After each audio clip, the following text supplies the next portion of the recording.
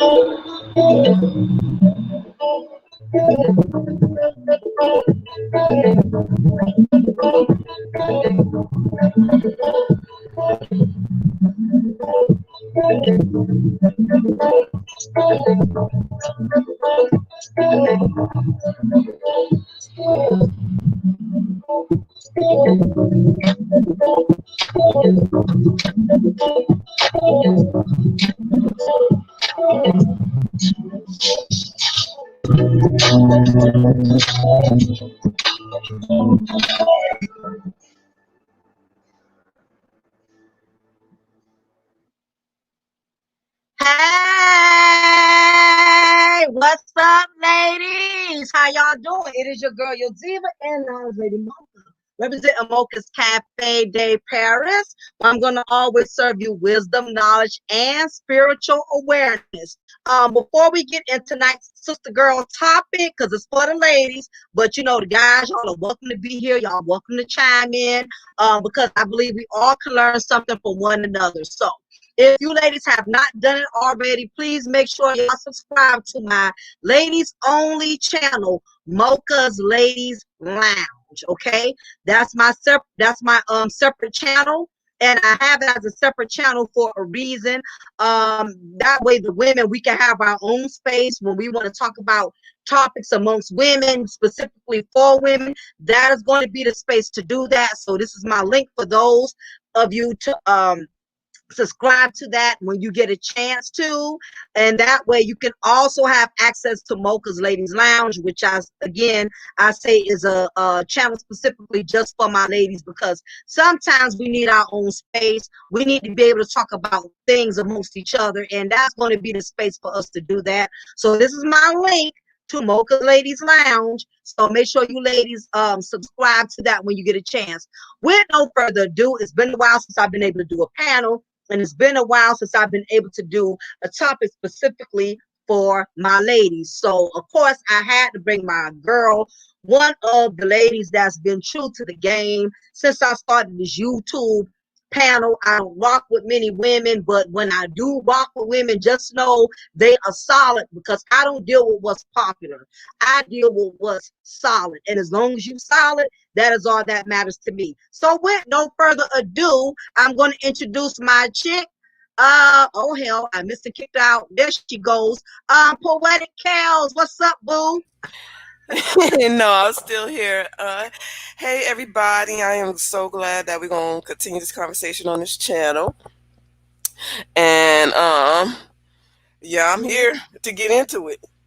Oh, yes, Really? because I was doing this. I started doing this topic on my other channel, Mocha's Ladies Lounge. Yep. And I said, you know what? A lot of people have not subscribed to that yet. So I felt like it was important that I brought it over here, because I felt like this was a topic that all women could benefit from, because it's a sister right now. She's lost in the sauce. She don't know why she didn't get that call back. She don't know why, things was going so well. Seemed like the chemistry was there. Seemed like the connection was there.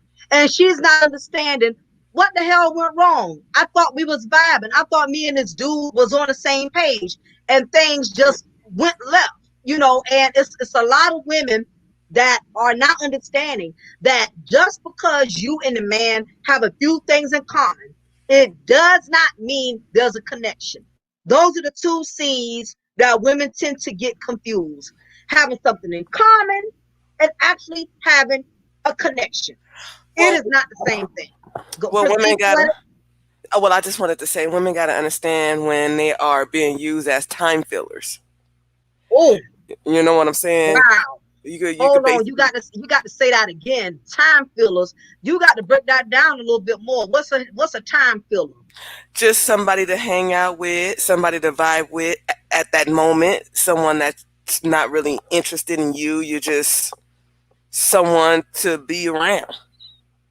Ooh, Yeah. and that's the truth. And Well, I sometimes that definitely. be the case. The guy don't be interested in you. You're just typically a time filler. You're just good people to be around, to hang out with, to go to lunch with, to have a drink with, not get a call every single day. You might get a text here and there.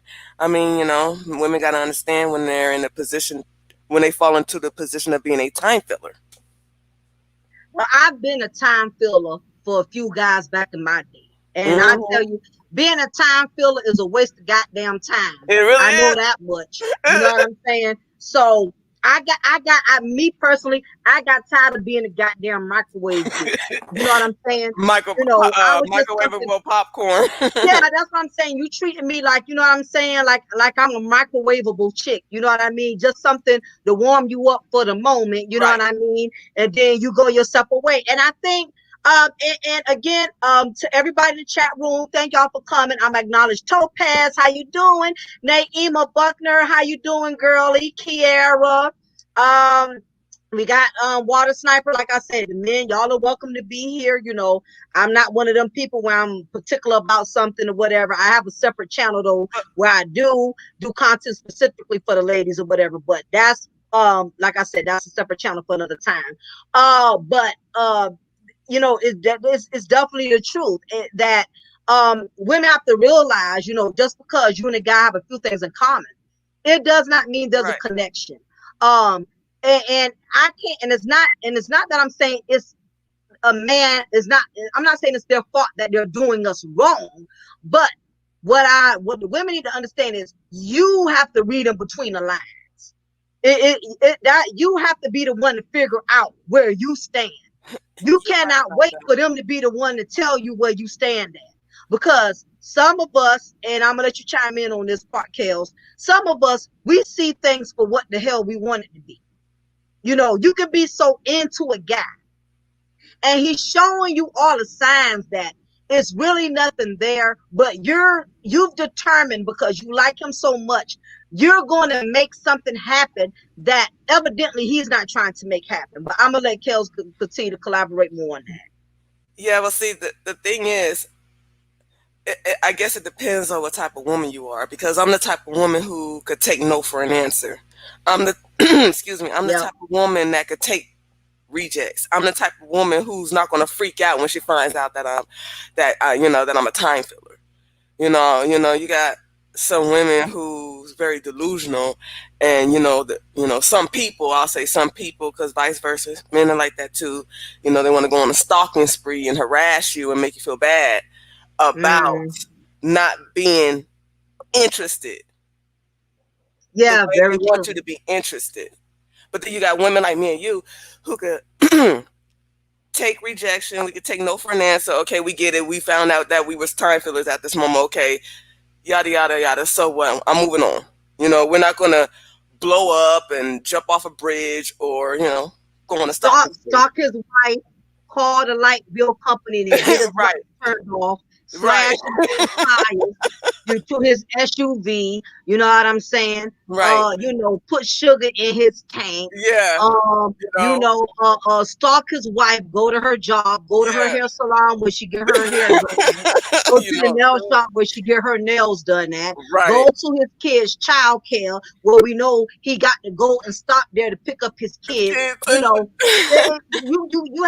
know, you have some women, like you said, and I agree, that can't handle rejection. And Right, that's part of the dating. What women have to understand, you got to accept rejection. It's real bound talk. to come. It's bound to come, yeah. And I think that's one of the things, and you're right about that. A lot of women, we can't handle rejection. I mean, we got, you know, and you always spoke about this. You always say, you know, women, we got to understand that not everybody wants us. And once we understand that, we won't freak out when we find out that we're time fillers or he's not as interested as we thought he was. You know what I'm saying? And, you know, we won't lose our mind when we get rejected. You know, you just got to understand sometimes you'll fall into a situation where you are somebody's time filler. And it's up to you if you want to be that time filler for maybe for your own purpose. Because some women will be like, okay, well, I know that I'm a time filler, but, you know, okay, so I'm making my time filler.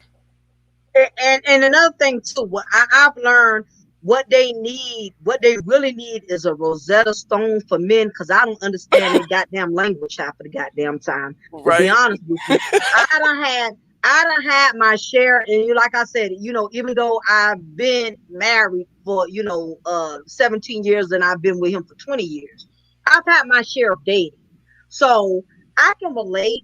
I've been in that position where, you know, me and some guys will go out. We had a banging ass good time, good conversation, good drinks, you know, conversation was on point for him to not even call me back. And, you know, I'm like, what the hell could I have done? The salmon was good. The lobster was great. You know, the damn amaretto sour, the sea rock, the Hennessy, everything was on point. We having a good ass time. We didn't leave on an ugly note, only to not be called back. You know what I'm saying? And I'm like, what the hell could have happened? And I've learned that men and women speak a different language when it comes to what's up, Cicely, when it comes to how we connect with one another. For instance, I've learned to not take what a man says literally. Let me give you an example what I mean by that. For instance, if a man says, and I'm sure some women could relate to this, you as well, Kels, if you and a man are having a conversation, right? And y'all are talking about the future, y'all talking about stuff in general, and he says something as simple as, you know what, you're a nice woman. I can see myself having a future with a woman like you. Now, Oh yeah, that's like I a want y'all blow to take that off. sentence. That's a low key blow Okay? off. Yeah. That's what I'm saying. But see, Kels, you was able to pick up on that. Right. The average delusional woman would take that literally, like, oh, he must be mean that I'm the kind of woman that he can see himself having a future with. If a man can sit up there and say, you're a very attractive woman, I can see myself having a future with you. Read in between the lines. He Right. said he could see himself having a future. That does not mean you are the one he could possibly have a future with. Another thing. As you Go can ahead. see, as you can see, he's not talking about today. He's talking about the future. So Another part. She's thinking it's gonna be today. Like, oh my gosh, he's gonna propose to me today. He's gonna make me his woman today. Yeah, the future could literally mean 30 goddamn years from now. right. In other words, he could be 70 years old. By the time he decides to marry you, he decided, and it may not be you still. It may be somebody else 70 years from now. You're nowhere in the equation, right? Another thing, a man could say something like, I find you're a very beautiful woman. That's all that shit means. But that's it. In other words, you're a beautiful woman, but that's it. In other words, I'm not that. You cool and all, but you don't got that for me. You just pretty and that's it. And you know how some women are, that damages a lot of self-esteem, because you know how some women are, their looks is everything. So it's like, okay, well, yes, I'm pretty. So and you know what? Women who are attractive, they take that shit harder than the Wolverine looking females. Because Wolverine females, they already know, you know what I'm saying? They're used to dudes not really checking for them like that. Right. It's the women that are drop dead gorgeous, got the banging ass bodies. They take it literally too hard when a man rejects them. Mm-hmm. Because Yeah, like you said, women and some women are infatuated and self-absorbed with their own looks. Absolutely. And it takes them everywhere. So when a man says, "Well, you're pretty, but that's it," in other words, I don't want you because all you are is pretty. You don't got nothing else to offer me. Yeah, And I feel like I can have the whole package. I can have beauty and brains. exactly.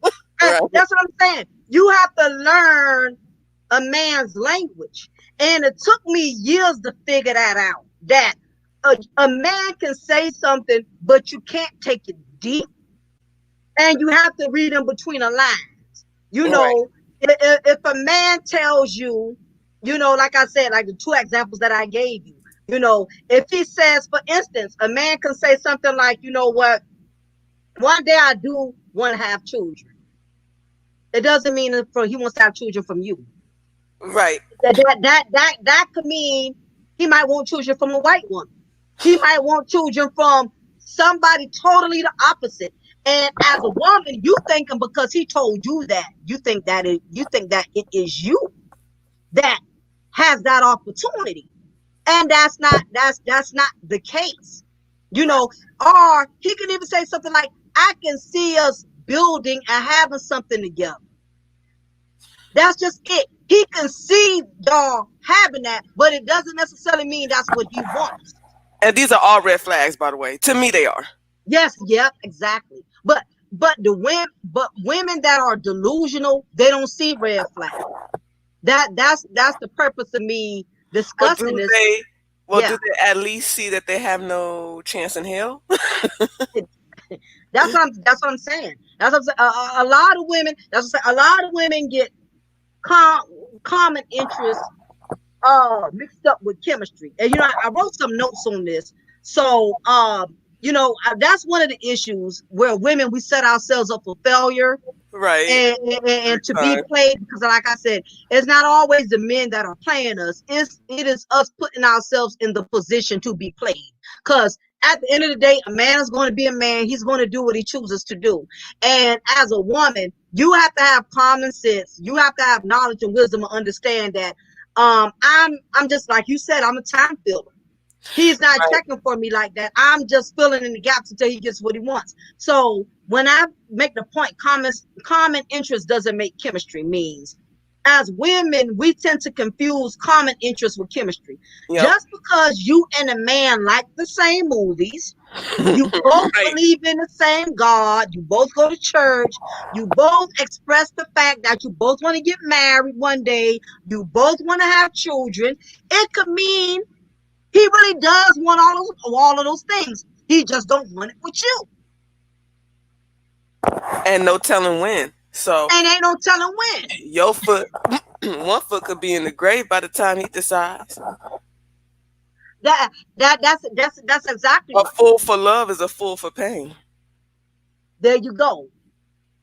There you go. Absolutely. That is why, as a woman, I know you had a girlfriend, Kels. Every week she meets a nice guy. I can't stand on type of goddamn I female. can't neither. It's like, oh my God, he's the same guy you met last week. Every goddamn guy they meet is nice. He's nice. Well, what the hell? He's supposed to be mean, like an ass straight up front. You know what I mean? Of course, he's going to be nice. Because to me, I think dating is a sales pitch. You know what I Yeah. mean? I feel like, and it's for both men and women. It's sales pitch. Basically, it's like when you're going to see a salesman and you're going to buy a car, he's going to tell you everything good about that car. He's not going to tell you nothing bad about it. He's going to tell you, oh, this 2020 comes with leather seats, comes with 20-inch chrome wheels. It has the sunroof. It has cruise Hey, control. It Mocha. has the Bluetooth. It has two back seats and how the trunk folds down. But what he ain't gonna tell you is them damn car payments gonna be $600 a month, and your car insurance is gonna go up to about 300-400. He ain't gonna tell you that part until you done signed off on the goddamn contract. Hey, Mocha. Women will sell you a dream. Men just sell you short.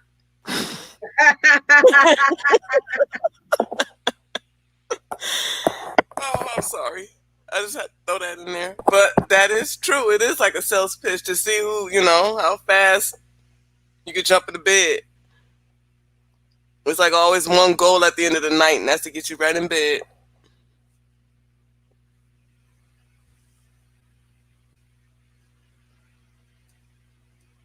My bad. Of course, my mom wanted to call me as soon as I go live. I told her I call her back. Um, that is just the unfortunate part about dating. Everybody is going to present their best selves in the beginning. It's called presentation. Okay. Everybody don't come with side effects, but wouldn't it be nice if men came with side effects like we'll steal your wallet when you fall and goddamn sleep. Um, we'll beat your ass if I catch you even looking at another man. It Right. would be nice if people came with side Side effects. effects. Yeah. Or, huh? You're right. Side effects. It would be nice if you could get a heads up. Sometimes, but at the end of the day, sometimes you got some people who's very transparent. Like they don't want to put on a representative. They want you to meet them off the rip. Like I'm going to go on ahead and put the real me straight on Front Street, so you can have an informed decision on whether if you want to deal with me or not. Yeah, yeah. Yeah, a lot of that goes on. And the main thing is what women have to understand is we set ourselves up for failure. Because you got some women, they just want a relationship so bad. They want a man so bad. Like I said, every female has that one female that meets a nice guy every week. He's a nice guy. I met Tony. He's a nice guy. I'm talking to this guy named Mike. He's a nice guy. I'm talking to this guy named Ricky. He's a nice guy. Then when you ask her, what happened to Mike? Oh, girl, man, he got too many issues. He up here telling me, he's still with his baby mama and that they really ain't together, but he's staying with her for the sake of her kids. Oh, but what happened with you and Mike? Oh, well, girl, that didn't work out. Coming to find out, you know what I'm saying? He's trying to work things out with his wife and you know what I mean? So we You know. go in we go into situations with our hopes up. Well, that's why, because you're just a time filler. So stop getting your hopes up. Hopes up. This is what happens when you keep searching and searching and searching. You start running into any old thing, and it's like, Exactly. why don't you focus on something else? Exactly. And another thing, give your heart and your vagina time to heal. It's, Right. it's not good for a man to have too much access to both of those things. And the truth of the matter is, you got some women out here that are still very promiscuous. They think sex is the answer to everything. They think they could screw a man into wanting them. You know what I mean? Like, figure if they sexually put it on them, and do all types of tricks and all of these special methods in the bedroom, that is actually going to keep a man's interest. And what a lot of women have to understand is that it does not matter how good you are in the bedroom. Men can separate their emotions from from sex. They can separate it. A man can sleep with a woman and care absolutely Nothing. nothing about it. That is a fact. He could sleep with a woman and not even be attracted to her. All he gonna do is hit her from the back, so he ain't got to see her face And then walk straight out the door and never turn around. and never turn around. Yeah, make sure that them lights is pitch black, so he ain't even got to remember. You know what I'm saying, that he been with her like that. So a lot of women, it's this. That's why I hate that we have these female rappers and stuff who don't come out with this idea of the WAP, making women think we have a lot of power with our vaginas. And the I truth know. is, we don't have the power between our legs anymore. Because if that was the case, sex would have had us in relationships. Okay? Wouldn't be so many single mothers if if the vagina had that kind of power. A lot of women are being misled and being told, as long as you got that good, as long as you got that WAP. I'm like, That you don't have that's to cook false. or clean or cater to your man. It's like, yeah, that's this new generation definitely scares me, but that's not the type that ain't what I live by. You know, Mm-hmm. I thought that I didn't even watch the video. I just hear everybody talking about it because I said I can't watch this shit because I know about the industry. It looked like a lot of symbols, weird things is happening.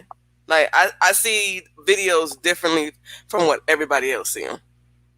Also, I didn't want to watch it either, but you know, when you're a content creator and people keep reaching out to you, hey, what do you think about this and think about that or whatever? And to me, it was just a reject players club video.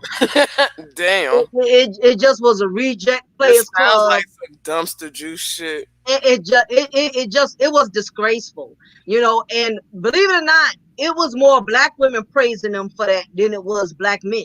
That's I a mean, crying shame, and then they want to get on here and scream about how there ain't no good black yeah, men. that's what I'm saying. Much to my surprise, a lot of the men was not feeling it.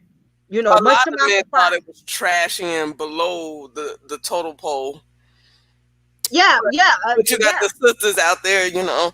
It's just I don't even want to look. Mm-hmm.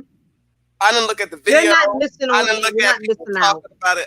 I figure I didn't. I had got that vibe when I seen the picture of them two with their backs turned, with the hairdo and the tongue.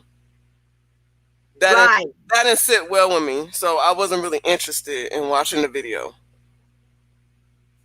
Uh, you know, exactly. My thing is, you know, this is why the value of black women has depreciated.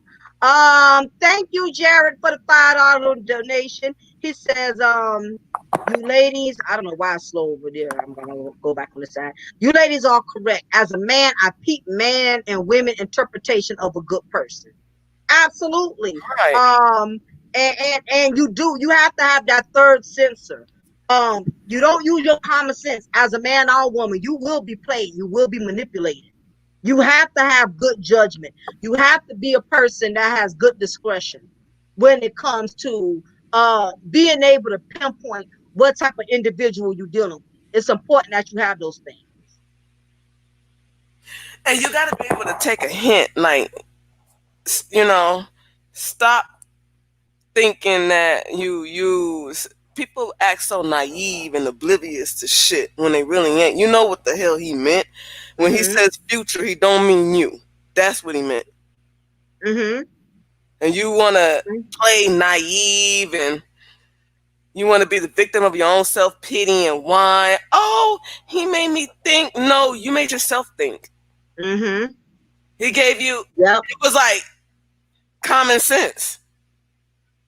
I can see Exactly. myself with a woman like you in the future. That's a blow off. Yeah. You have to be able to read them between the lines, and then you definitely have to go by actions. Actions speak louder than words. Um, one because one thing I know, and the only way you're going to know the difference is when you have actually experienced it. You would know when the man is into you because he's going to pursue the hell out you. You're Right. not going to have to run him down and beg, why didn't you call me? You said we was going out tonight and you didn't show up. When a man has his mind made up that he really wants a certain woman, he's going to make sure he goes all out for that woman that he has his mind set on. If Mm-hmm. you're just basically a time filler, just something to fill in the gaps. What's up, Six Figures? What's up, Jared? Third Degree Burns, how you doing? Good evening, everybody. Huh? No, I'm saying good evening to everybody.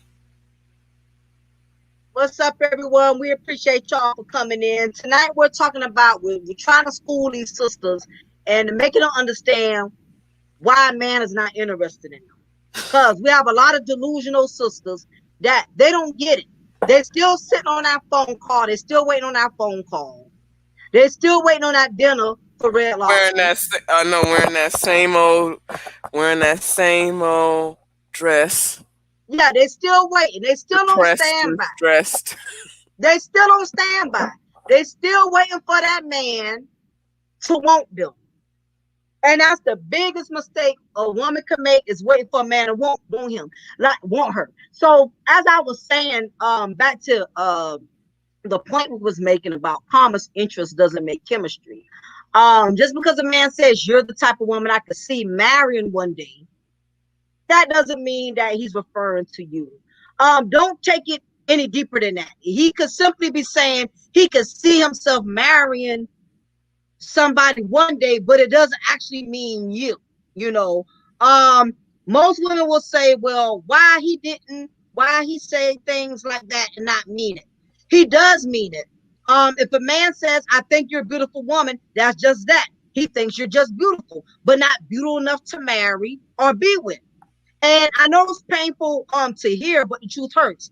A man can truly enjoy you, enjoy your company, and not be the least bit interested in you. He just likes how y'all vibe. And you don't have to feel bad about it. You just have to understand that. Exactly. Don't feel Exactly. bad if he's not that interested in you and at that time you were a time filler. Exactly. Respect it or shake it.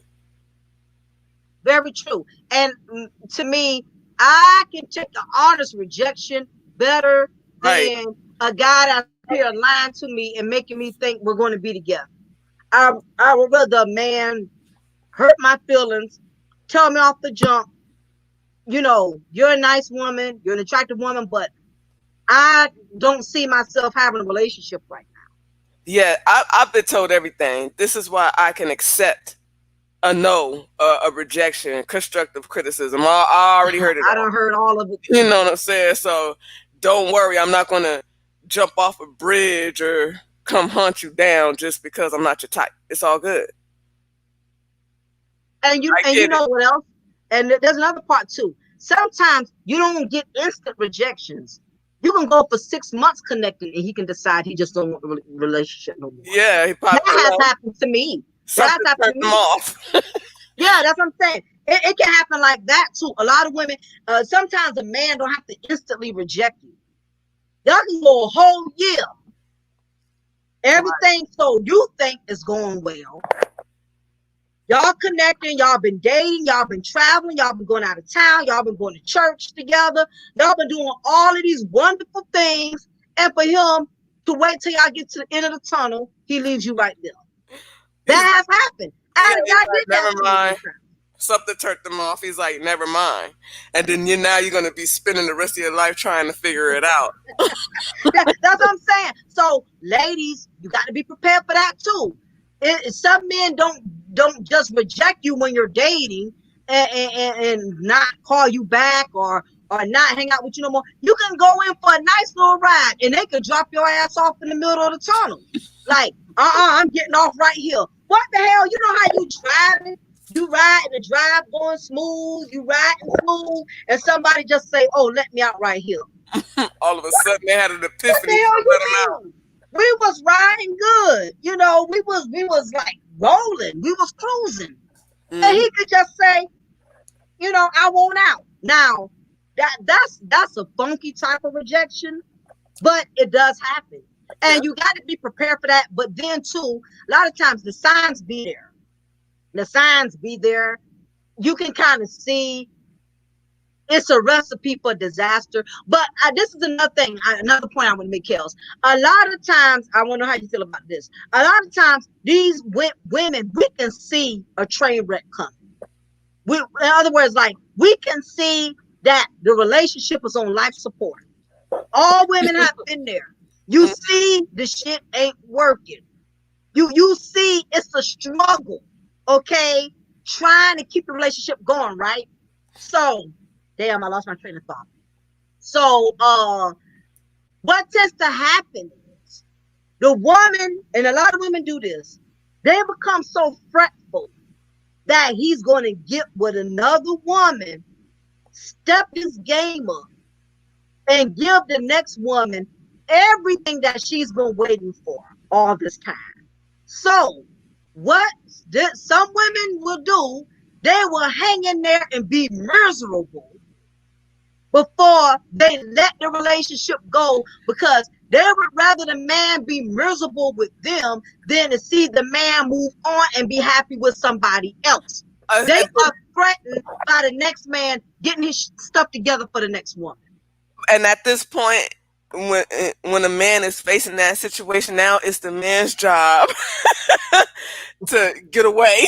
And it's no longer Exactly. the woman's job. Now it's the man's job. But Now, one man, thing you I got to get on noticed, your job.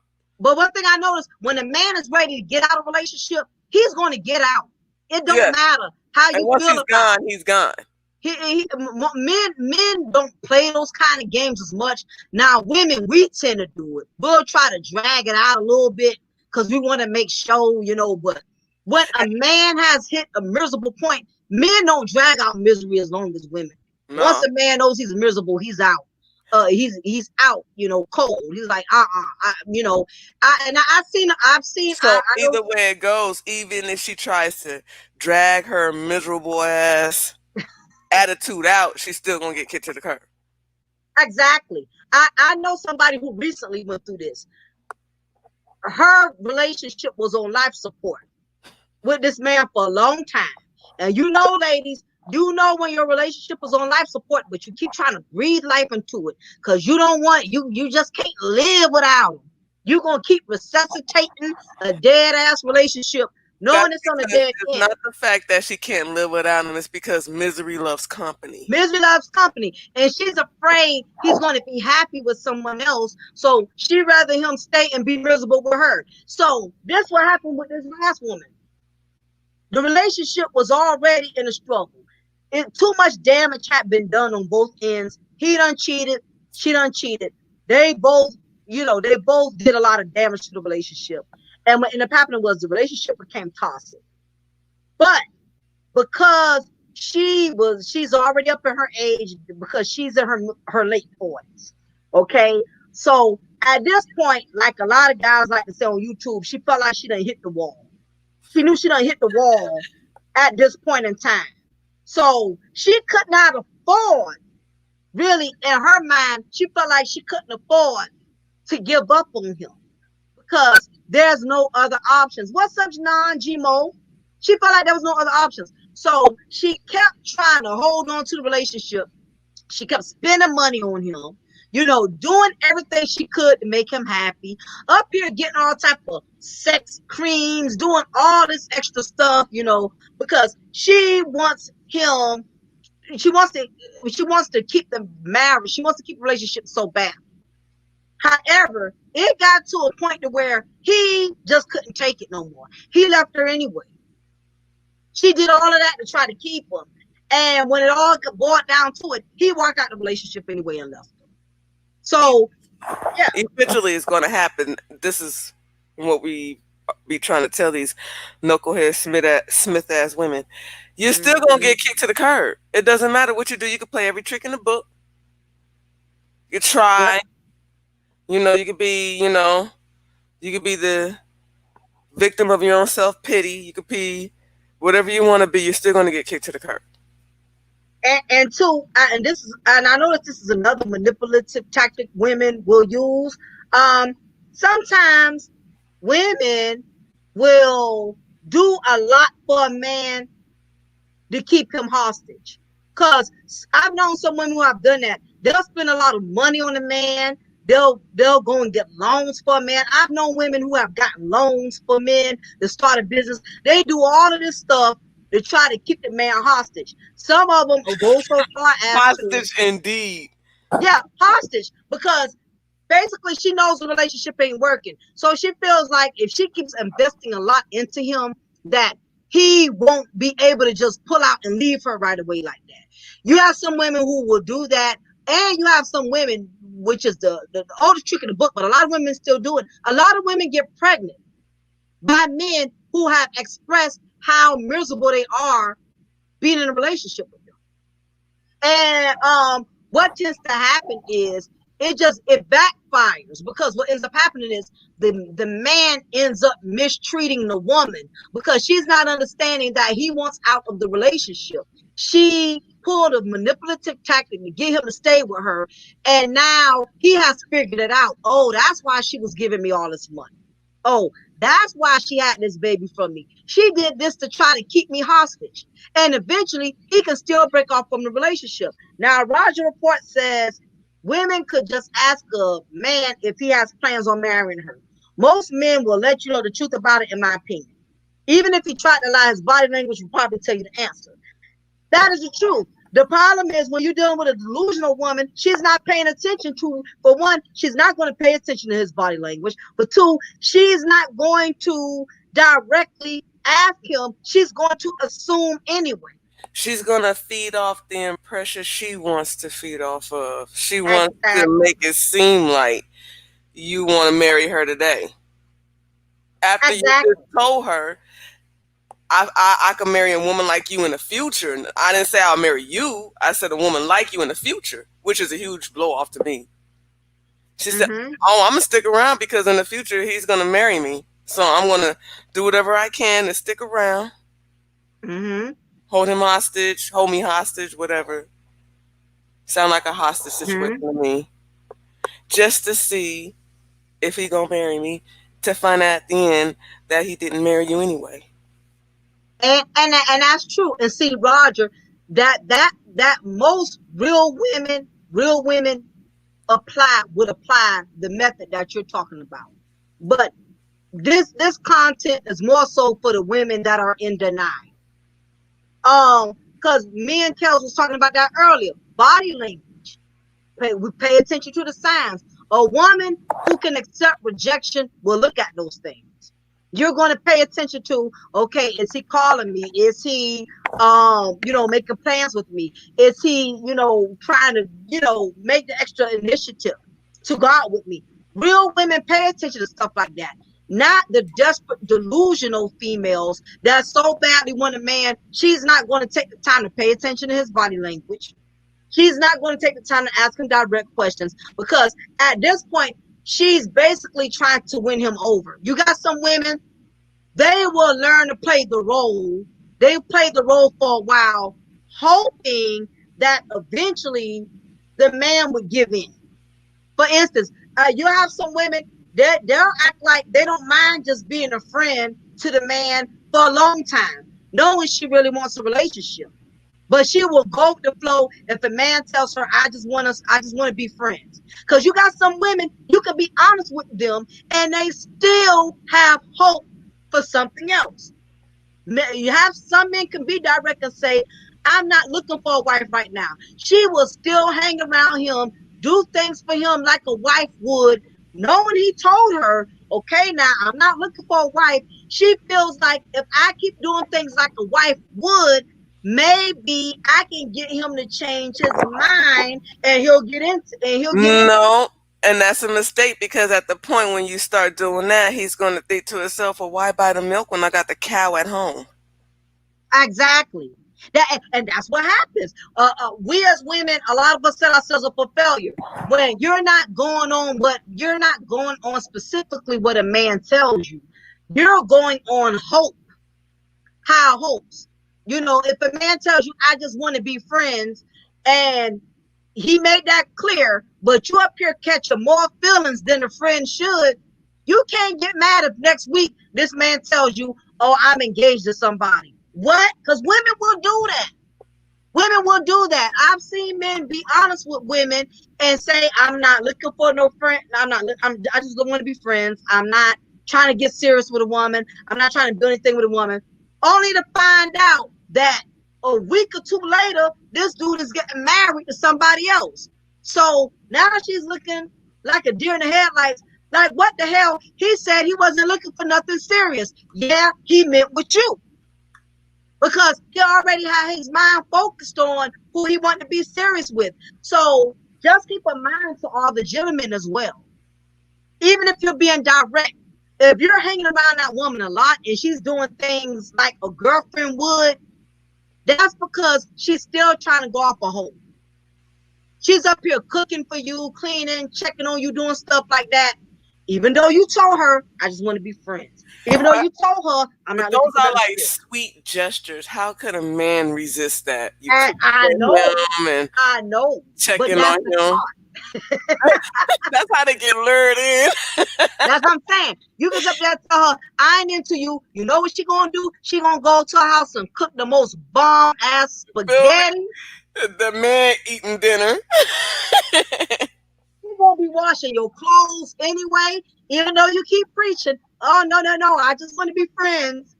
I'm not looking for nobody right now. She will do all of this extra stuff just to try to convince you that you're the man, you're the woman that she's the woman that you need to choose. Roger says, it's nice to see women giving other women some advice about these things. It sounds like you two will give us some good advice. Appreciate it. Jared said, and that's what I don't get about some women. They were blessed with intuition and still can't recognize some things. You know why? Because they have allowed denial to set in. I don't get it either. I have some strange friends who be ignoring the signs. It's sad. I'm through telling them shit. Don't ask me for no advice. I don't want to know. Exactly. But you answered it earlier though. You know, like you said, it's denial and delusion and desperation. Yep, those are the three D's we're dealing with. We're dealing with denial, delusion, and desperation. And that's perfect in that order. That's what we're dealing with. That's why a lot of them can't see. They don't want to go on their gut feeling. Their gut feeling is there. It's evident when you can tell a man is just not interested. It's evident there. But once denial sets in, you will overlook those red flags. If he's not calling you back and not showing you interest, you make the denial will make you make excuses. Like maybe he's been too busy.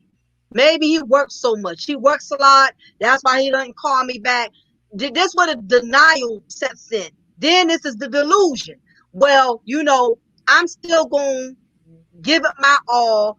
Maybe sooner than later, he will see that I am the woman for him.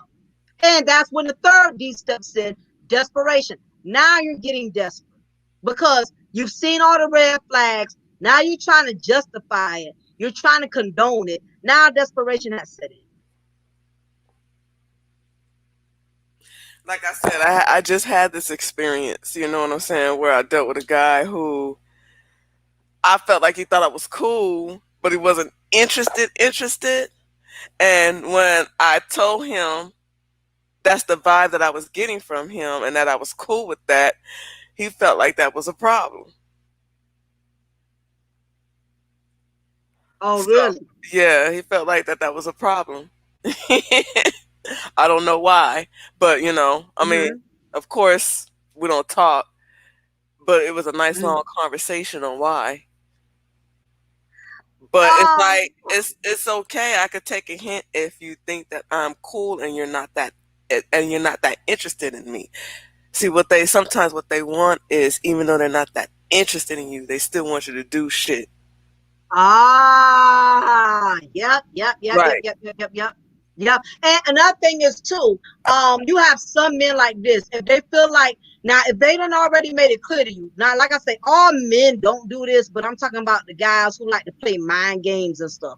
Like I said, you got some men that straight up, we're talking about the gamers, gentlemen. So don't think we're grouping all of you. We're talking about these dudes that are gamers. For instance, you have some of these dudes that will game females and they will sit there and make it clear, okay, we just friends. You know, I'm not looking for nothing, this and that. As soon as they feel like you're getting closer, you're dealing with another guy. Now they trying to pull you in a little bit. Like, I ain't heard from you in a week. Because you're afraid you're not going to get that good spaghetti no more. That's all that is. Right. You're afraid that all of those wifey benefits, and that's why I say wifey, because you're not a wife.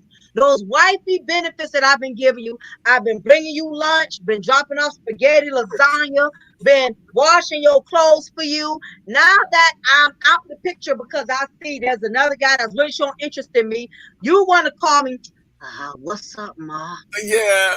I ain't been here from you. And you know they full of crap when they drop their voice low. What's up, Ma? What you been doing? I ain't been here for you. And no 2 weeks, you ain't been bringing me no spaghetti or nothing. You just don't look out for a nigga no more. You ain't got nothing to do with a nigga no more. You must be got you a new boo thing. Oh, is you fixing him my spaghetti? Oh, that's how you do now? Oh, that's how we is now? Yeah. All that. And let me tell you, and he's saying this and still don't want you now. Don't forget that part. He's still not interested. He still don't want you now. Let's not forget, just because he calling you because you talking to a dude over here. He just see the benefits ship, the benefits trainers departing out the goddamn station. Okay. That's what's going on. He see the spaghetti, the lasagna, and you washing the clothes and all that. He see that's going out the window. You know what I'm saying? So you have some guys that'll play them kind of games like that. You know, but again, it ain't the men's fault. You as a woman, you have to use your intuition, your common sense, and don't let the 3Ds get your judgment fault. Right. You know what I'm saying? You got to learn that there's more to life than being in denial, delusion, and desperation. People don't got time for that. You know, people don't got time for every trick in the book to be played on them, being lured in, tricked, bamboozled, trapped. You know, take it for what it is. If you're just a friend, be that, the friend. The friend, not the friend with benefits. Just be the friend. That was the problem that he was having. It's like, okay, since I know that you're not interested and I'm just the friend, that's what I'm going to be. Exactly. I mean, play your position. Whatever position he have you in, play that position. He said, y'all are just friends. Stay that friend. Yeah. Don't get that friend. And ladies, stop doing that extra stuff to win them over. Because you're going to feel cheated when you done did all that extra stuff and you still ain't won them over. Stop doing things that a wife should be doing. And this goes back to what Kels was saying. Why pay for the milk when you got the cow? A lot of women, we have made men very complacent. That's our fault. It's not theirs. That's our fault. You spending the night at his house all the time. What for? You hanging around him all the time. You don't got nothing else to do with him all the time. Yeah. You know what I'm saying? It's like you don't got nothing else to do but be around him all the time. You keep being around him, you're going to catch feelings. You're going to forget your place when you spend too much time, if that makes any sense. You'll forget you're not his woman. You know what I'm saying? Because you hang around him so much, so when another female calls his phone, you look at some type of way like, who the hell that is? You forgetting you're not his woman. You shouldn't be questioning who that's calling him or who wants to see him or whatever. You don't have to have space. That's a woman's fault because she feels like once she gets the D, she owns the man. And it's like, you don't own the man once you get don't own him. You would never own a man unless he wants you to own him. Right. Bottom line. It doesn't matter how it doesn't matter how beautiful you are. It doesn't matter about this vagina empowerment that Cardi B and Megan Thee Stallion has been lying to y'all about. There is no pussy empowerment. You can look like that. It doesn't exist. You can live by those type of rules if you want to. Don't get mad when men just start treating y'all like hoes. That's exactly. Because don't be coming up here complaining, oh, he's no good. I guess I got treated like a hoe. Well, you know, that's just what you are. Well, you made yourself available as a whore. If a man calls you 3, 4 in the morning, he's not calling you for cornflakes. You know what I'm saying? 3, 4 in the morning, he calling you werewolf hours. Don't be calling me no werewolf hours. Talking about he calling you 3 in the morning. Talking about what you doing. Listen, ain't nothing open but Waffle House crystals and legs, and it ain't gonna be nothing. Don't be sitting up here calling me no 2, 3 in the goddamn morning. What the hell we got to talk about this time of night? Look, I'm not going to like I didn't hear the phone ring. That's what I'm saying. I'm not going to your crib, so you know what I'm saying. You could bang me on your air mattress, you know what I'm saying, and send me back in a goddamn Uber. What the hell is wrong with you? That's what I'm saying. It's common sense. Any woman that answers a call 3 in the morning, she know what's coming. Let's not play crazy. You know what I'm saying? Now, Non-GMO had put this in the comment. He says, I know a woman that got pregnant by a man that told her he didn't want any more kids. He spit in her face. She got pregnant, had the baby, and spent 25 years telling her daughter her father was no good. Of course. You see what She's I'm not going saying? to take accountability for it. Yeah. Misery loves company. Visualize company. She tried to trap him and trap herself. A lot of women do this. A lot of women will try to deceive the man. They And do that. I had a friend who used to pull these type of moves. a lot of You them know, do. like I knew her for a long time, for like 20 years. Oh yeah. And I Yeah, just I didn't have get like that that shit. too. And the last baby father, the last daughter's father, he can't stand her. Like Mm. he really, really can't stand her. Oh yeah, yeah, because and I think a lot. I think when a man gets to that point where he really hates a woman, it's because she just flat out deceived him. And the crazy part is, women, we don't like being lied to.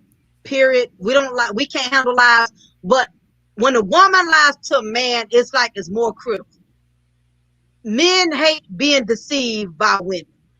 And the fact that and I think the reason why a lot of men, like the man in the situation you're talking about, what it is, women, unfortunately, we have the manipulative advantage in pulling something over on them, and then they are stuck with it. You get what I'm saying? For instance, if I decide I want to get pregnant by a man, right?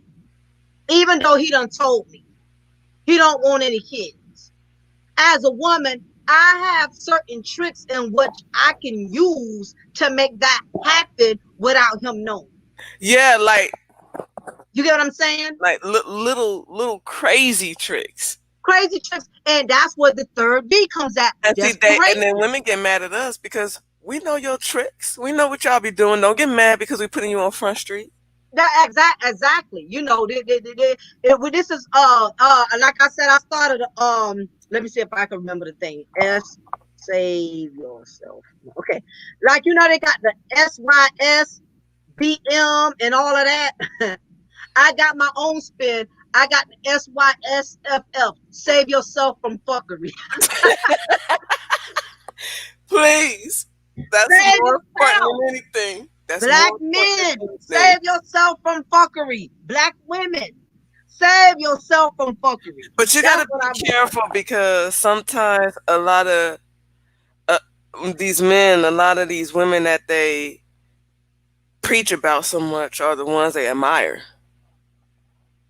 Run that by me again. I mean, a lot of these women that, these men be kind of Mhm. trying to save themselves from are usually the women that they kind of admire. These are the type of women that they like. Exactly. I'm one of them women. I try to sit in the background. Because I that peep same a type lot of of woman will stuff. come That's true. around and they'll like embrace. True. I see fuckery being embraced day in and day out. And these men cannot read in between the lines. They Yeah, are and it's falling like, for damn dude, didn't avatars. you just see what just happened? It's like stupid is a choice. That's I mean, bro. I mean, you know what I'm saying? And don't get me wrong, I have a lot of respect for the men in the YouTube sector, but they doing a lot of dumbass stuff because they are getting manipulated by avatars. They are getting manipulated. You know? It's Like a lot stupid of shit. avatar bait going on. It's a lot of Yeah, it's a avatar lot of bait. stupid shit. That's what I'm saying. It's a lot of avatar baiting For going on, real. and a They lot of but these that's women. because they said the imagination is better than the reality. So I guess that's what that is. Well, yeah, that I guess that's the truth of the matter. Unfortunately, um, I sit back in the bushes and I peep stuff, and my thing is, a lot of these females with motives are creeping into the sector in the black male spaces, and they simply get a pass because of their avatar, And it and be they get a pass and it because be they these know how to moderate. SYSBMs. It be them. It's like, but didn't you just say that you was about to save yourself from this type of shit? That's what I'm saying. And them are the main dudes that be falling for these type of females. But they want to preach to other black men, oh, you need to stay away from these type of females. They're not even doing it. These are the same guys, when they log off of YouTube, they are indulging in activities with female fuckery. They My dealing point with is that. females that are on the level that they are preaching to other men to stay away from. They dealing with these type of men. Jared, thank you for the $5 donation, sir. He says, thank you, sisters. I've just turned 28 and no kids. Thank y'all for putting me on game. Oh, of course, we're gonna school you. We gonna let you know how these females operate. Now, For back to sure, this for thing sure. about pregnancy, what we was talking about. Like how you were saying you had the girlfriend. I've known women who have done this as well. And this is the reason why some of these men can't stand them. Because when a woman makes this type of decision, it puts a man at a disadvantage. A man can't tell a woman what to do with her body. He can't, he can pay her X amount of dollars. Still ain't no guarantee she's gonna get an abortion. Still ain't no guarantee she's gonna follow through. And this is why when these children are brought into the world, these men are so angry and hostile towards the mother who conceived that child. Because 9 times out of 10, she conceived that child without him being on board, which makes it more complicated. And what tends to happen is the woman tries to trap him, but she ends up trapping herself, thinking that, oh, once I have this baby, he's going to have to deal with me. He's going to have to let me control him. And then when the child gets here, she finds out she still can't control him. He's still married to somebody else. He still done moved on. She finds out the hard way that you do all this malicious stuff and it comes out to bite you because you still can't get that man so you can't manipulate, you can't control the situation. Even with a kid. You got men that are walking away from women even when they put in stuff like this. Yeah, that's not working anymore. That's why. It's like, I can still take care of my kid and not be with you, and it'll be to the point to where it's like, oh well, I'm not gonna let you see your kid. You're not gonna be around your kid. And some men got to the point to where it was like, I'll just pay child support to keep y'all away then. Exactly. Child support has become the new outlet. Ain't too Yup. many guys. You have a few guys that be feeling some type of way about it, but for the most part, you got some like shit, man. I'd rather pay No, this you fucking guys to month know seriously. I know than some have to deal with guys her. who pay they to stay away. Yeah, it's like stay Her away and paid. the Stay listen, away paid. no offense, her and the kid, both of y'all stay away. Type Exactly. of situation. Here goes the check Exactly. that you want. Stay far away. Exactly. Because what men are finding out is that, uh, there's too much drama that goes along with trying to be a part of your child's life. Right. So they've come to realization, you know what, I'm going to have to let both of them go. I remember this comedian named Corey Holcomb. And, I don't know what kind of relationship he got with his baby mama, but you can just tell he can't stand her. And I remember one point in time, he said, you know what, I would never let a woman control me with a child, even if it's my own child. I refuse to let a woman control me with a child. He said, now, if she keeps it 100 and she ain't messy and she ain't trying to make his life difficult, he will ride and die for her and his child. He said, but if she, on the other hand, is a manipulative, conniving, low down scheming ass broad, he said, F her and F the kid I have from her. The hell with both of them. He said, now if that child gets old enough and could come around and act like he got a little bit of common sense, then yeah, I'll reconsider.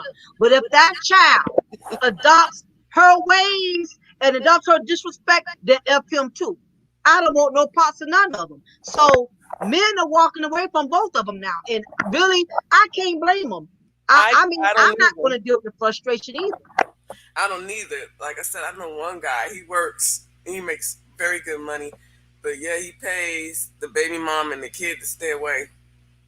Yeah, it's stay away pay. That's what child Gives her the support is. check. Yeah, he gives her the check that supposed to get, and he has nothing to do with them.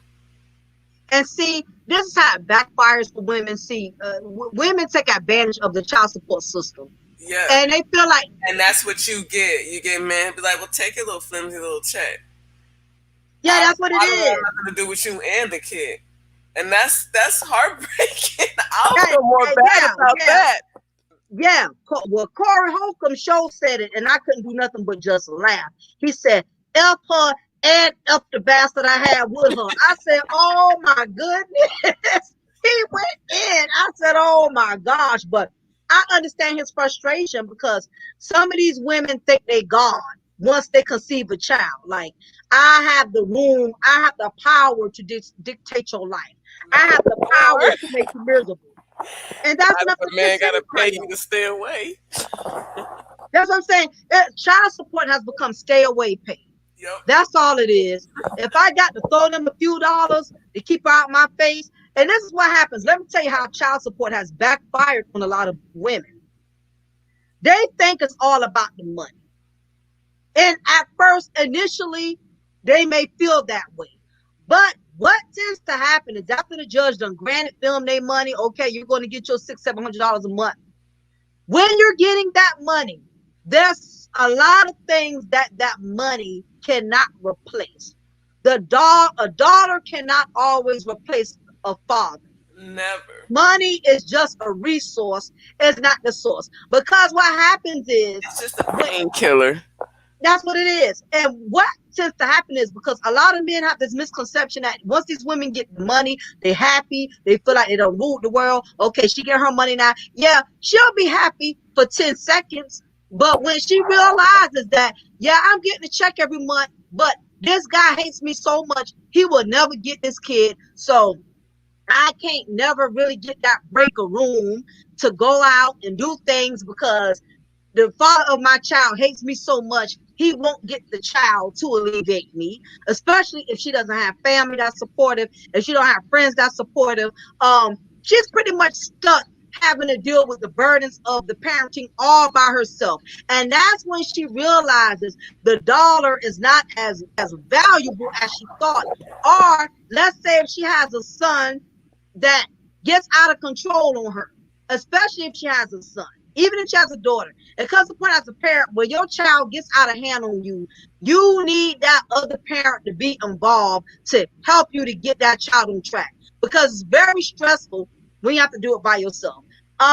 Even with my daughter, it was times when I was going through a very rough period for her, when she was going through puberty and adolescence, and they get at that age when they're smelling their damn self and being Yeah. disrespectful and all of that. And I went through a really rough period with her, and she was like 15 when she got off the chain. And I thank God, that her father, we're together, because I could have not dealt with it by myself, because I was literally on edge. And I think every parent has been there. So when these women pull these stunts to try to abuse the system by making a man pay out his pocket for a child, and she knows it has nothing to do with the child, it has her trying to make his life miserable, it will come back to backfire, because it's going to be things that she's going to go through with that child. She's going to need that man to be there. And I don't mean just be there as far as just coming out of his pockets. She's going to need that man to be there. And a lot of women who have done this have suffered. And that is where the bitter baby mama syndrome comes in at. That's her way of not admitting, I done effed up by pissing you off and making you not want to be a part of my child's life. So now what I'm going to do is just be the bitter baby mama. And that's where that bitter baby mama syndrome comes in. And now she's looking for somebody to replace him. You bitter, but Exactly. yet you looking for somebody to fill his shoes. And it's like, Exactly. why don't you get your mind right? Mm-hmm. Because you in a, you're being paid off. He don't want Mm-hmm. nothing to do with you with a kid. He rather for the kid to get old enough to want to come meet him on their own. I I agree. Jared, when you said, even though Jared put even though a lot of what he says is true, you don't want his bitterness to rub off. Are you talking about Corey Holcomb? Is that who you're referring to? The comedian that I was talking about? Just for plot back. It sounded like he was. Because If it is, I don't think Corey's being bitter. I just think he's being real because you would have to be in that situation to understand it. And I've experienced the bitter baby mama. I don't really think he's being bitter.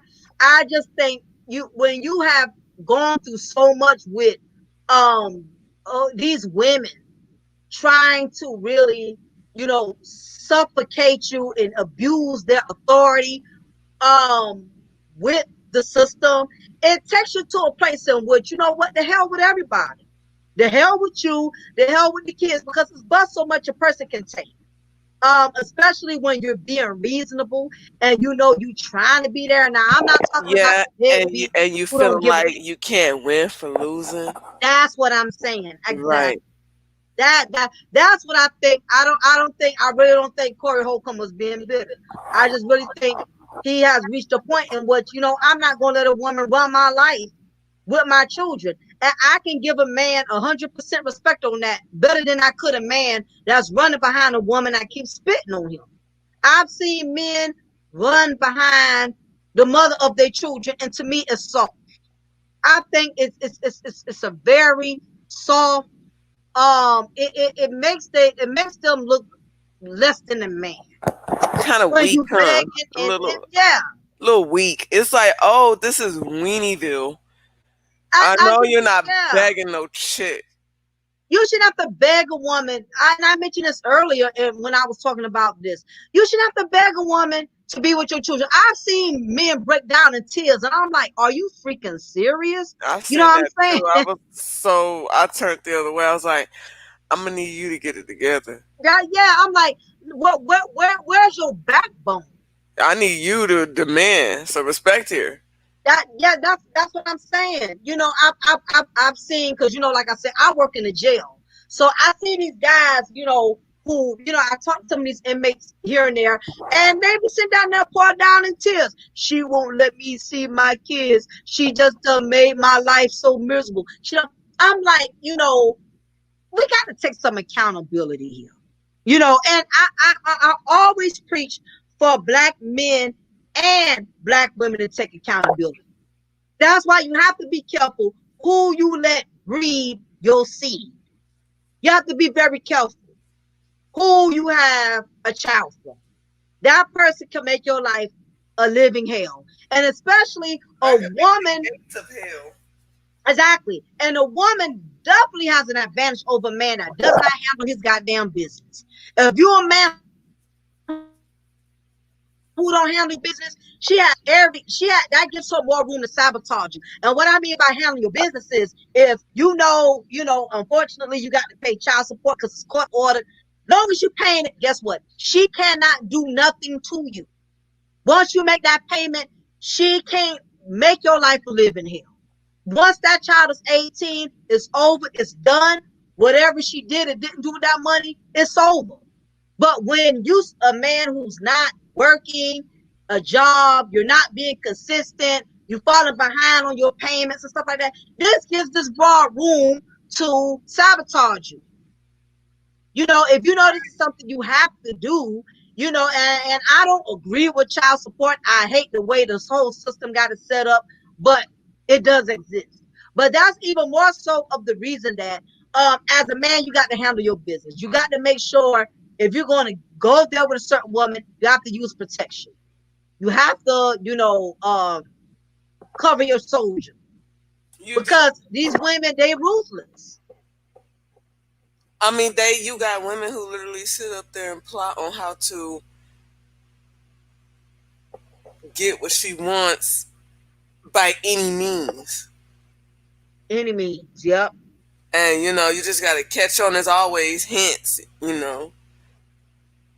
Yeah, A lot of us is very observant, and very very observant, so we don't miss a beat. But some people are not that observant. They don't pay exactly. attention, and certain things kind of fly over their head, and they don't recognize it Exactly. until they get knee deep. Yep. Yep. Me, I got a master's degree in bullshit. I can smell it a mile away I know, right? before it even comes. You know what I'm saying? I know, right? I get this sense. I get a sense of it not being right. And That's I what I'm always go saying. with my instinct. It's like, no, something don't seem right, so it ain't right. I don't even want to give it a shot. Exactly. Exactly. And you're right. Some people are not deep thinkers. Stuff will go over their head. You got people that look on top of the surface, they never look beneath it. Right. They never look beneath the surface. They just go straight on in with what they first see. Roger Report says men are being logical. If you have to fight, if you have to fight, uh, I don't understand what either. If you have to fight with a baby mama and pay child support, or pay child support without fighting your baby mama, not fighting is just easier. You're paying either way. I agree. Exactly. I Exactly. agree. That Good he, point. he I get what he's saying. Like I was telling you about the guy who was like, I just paid him to stay away. I don't even think she know where I'm at. They don't got his phone number, his address, and nothing. He just cut the check He just pay. Yeah, he just pays to stay away. because, like You're Roger, right. the Roger report said, I mean, you gonna have to pay anyway, and then you still got to deal with her, and then the kid. That's what I'm saying. And he has a point. You better off not fighting it, and just handling your business, because eventually this is what a lot of black women are not understanding. A lot of black women that are mothers. Yeah. All of this money you're getting at some point is going to end. And the thing about it is, a lot of these sisters, they're not wise with their child support. My thing is, it don't matter how much money a man is giving you a month for your child. If you're not investing in that money, you're taking out money, you're getting Chinese food, your nails done, hair bundled, your hair done, and things like that. It does not matter. You're going to end up on a losing end anyway, because what men have to understand, men have a big advantage than women could ever have. It doesn't matter how much child support, even though if a woman gets housing, even though a woman gets welfare and all that, because where men have the power is that it does not take a man long to get on his feet like it does a woman. Women have to struggle to get on their feet, especially due to the fact that the system has handicapped them for so long. Yeah, and See, if a they're gonna man, use the system, right, then and the child support, then a lot of men are wising up. Just I'm not listen. I'm not saying that that's cool for him to pay her and the kid to stay away, but she gets what she asks for.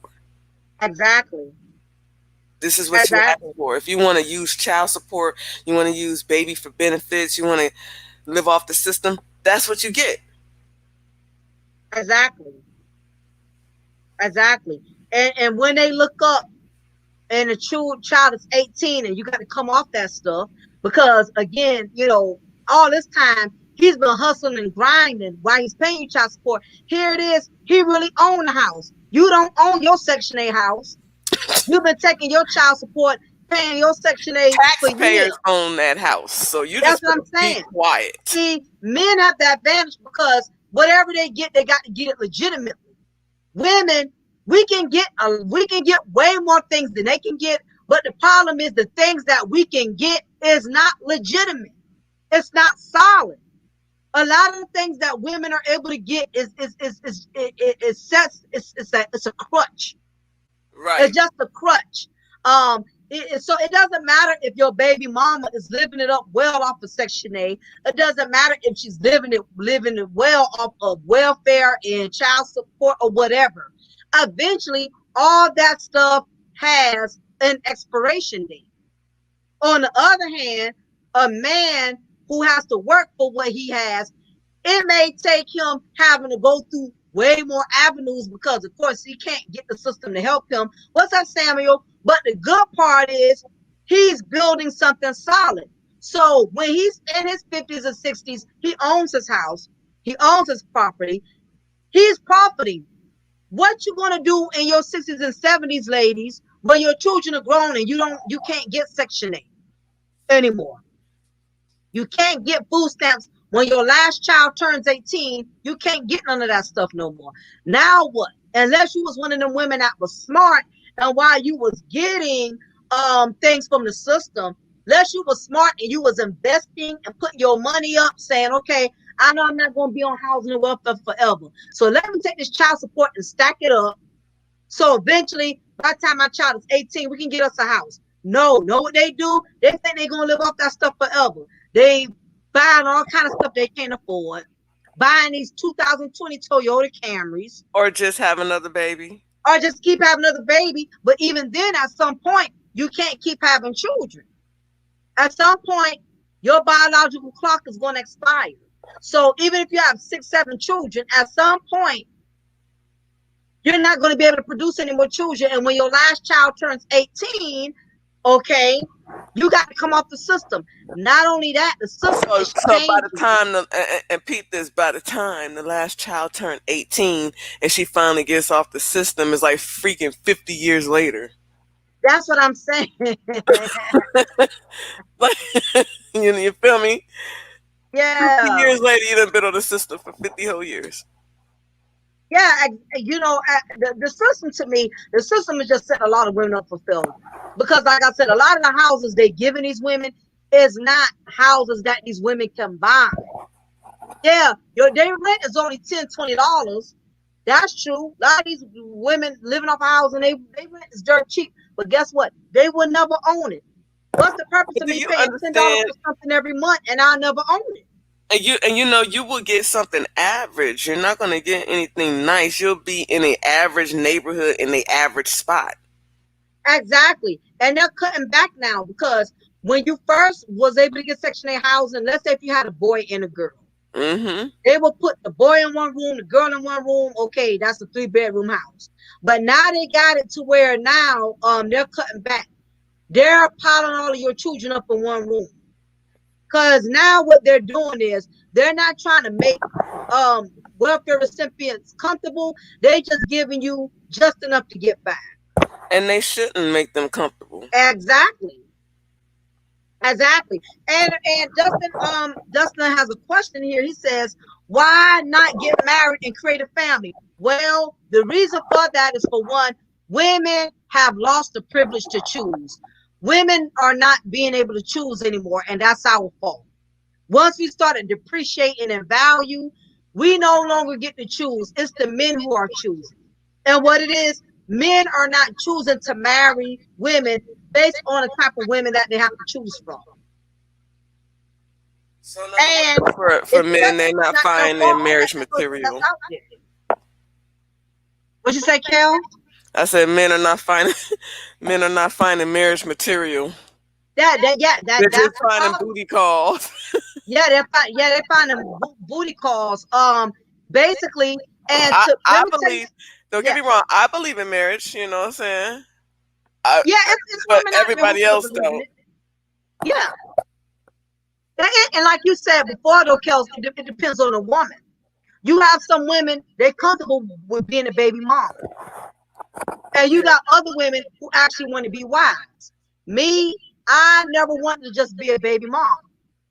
I never wanted to be no baby mama. I felt like that was beneath me. Exactly. I had the option to be a baby mama, just like the rest of these women out here. I could have done the same thing. I chose not to do that. And it's not because I think I'm better than any and everybody. My thing is, I just didn't want to have to do it by myself. I felt like if I was to have a child, I want her to have the privilege of having me and her father in her life.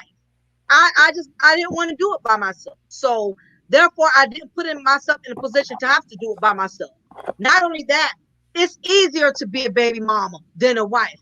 Anybody could cut their legs open and get pregnant. There's not a method to that. Anybody can do that. But being chosen as a wife, that's not something any woman can just get. She has to earn that.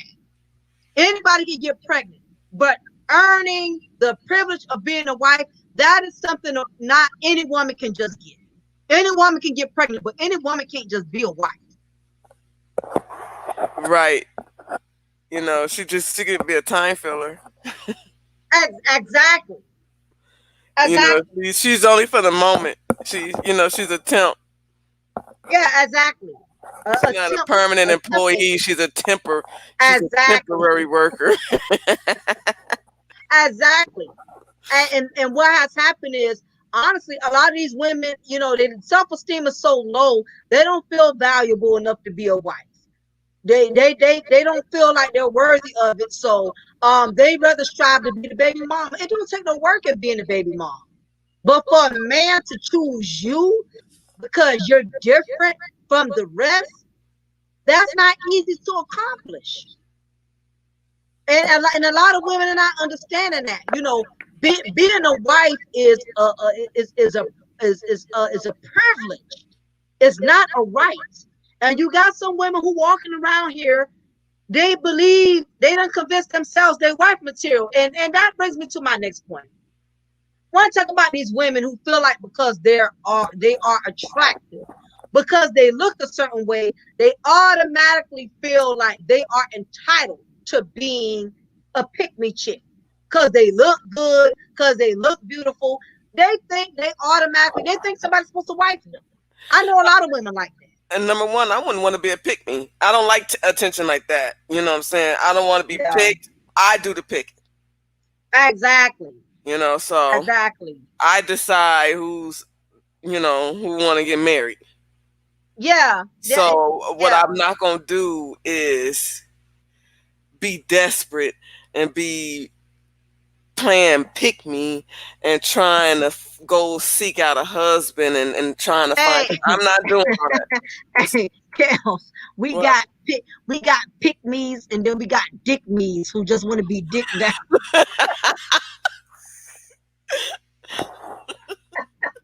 We got the pick me's, and then we got the dick me's. The Just dick dick me, me huh? down. Just dig me down. Where they at? No, okay, I'm kidding. That's what I'm saying. You got some of them now. They self-esteem is so low. They don't even want to be a pick me. They just want to be a dick me. Just dick me down. Cause I know I ain't gonna get nothing goddamn else. You know what I'm saying? I know I ain't gonna get no ring. So just let me get the thing, the dingaling. You know what I'm saying? I Let ain't me gonna get tell no you ring. I'm gonna get the dingaling. That's all. that, and it's understandable. It's a crying shame, but you can only live how you living, and if you're limited, then you just limited. Exactly. Exactly. Now, when we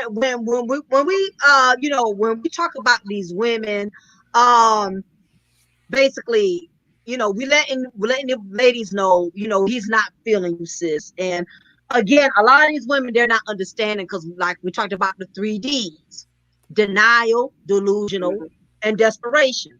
So let's talk about these women who are absorbed, who basically feel like because they look a certain way, they wear their looks like a badge of honor. There's nothing wrong with the woman being confident, but she needs to be realistic.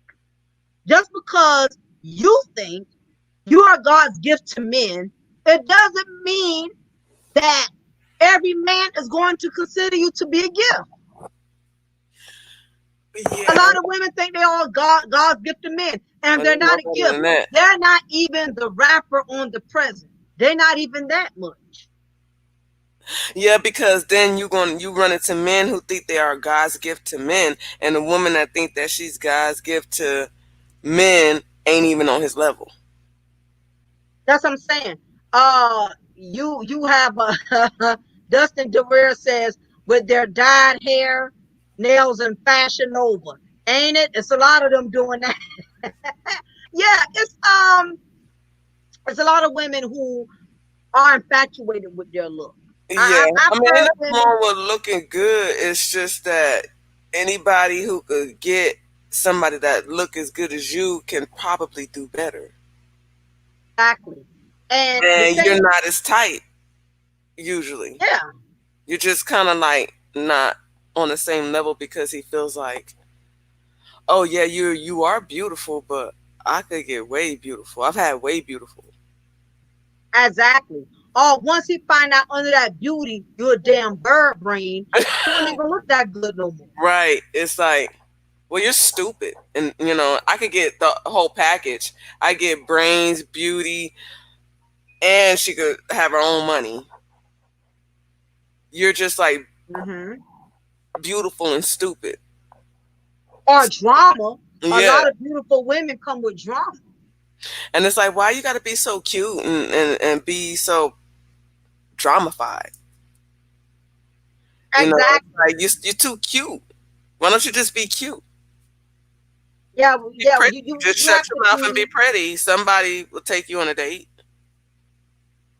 exactly because believe it or not, a lot of attractive women got underlying issues. Thank you, Jared, for the $2 donation. Want to be a wife, but using thought, logic, and actions. Very true. Because they've been told all their lives that beauty is everything, but Exactly. they haven't been told that somebody else is going to be beautiful. You're Exactly. And beautiful, but men, you're I not have going to be always the only gravitated beautiful one. towards them and told them how good they look. You got a lot of these females, they're overly confident because a lot of these guys have, a lot of men have ran behind them, chased them, and bought them stuff, did all kind of things for them. And it really has them believing, that because of their looks, they're entitled. I've heard women say, I'm too pretty to be single. I don't heard women Well, say that. then why you single? Exactly. Or I'm too Maybe pretty to because you're not be too married. pretty. I heard that one too. Maybe because you're too pretty. Exactly. And then again, here comes the three D's, the denial. I'm a beautiful woman, so I shouldn't be by myself. The delusional.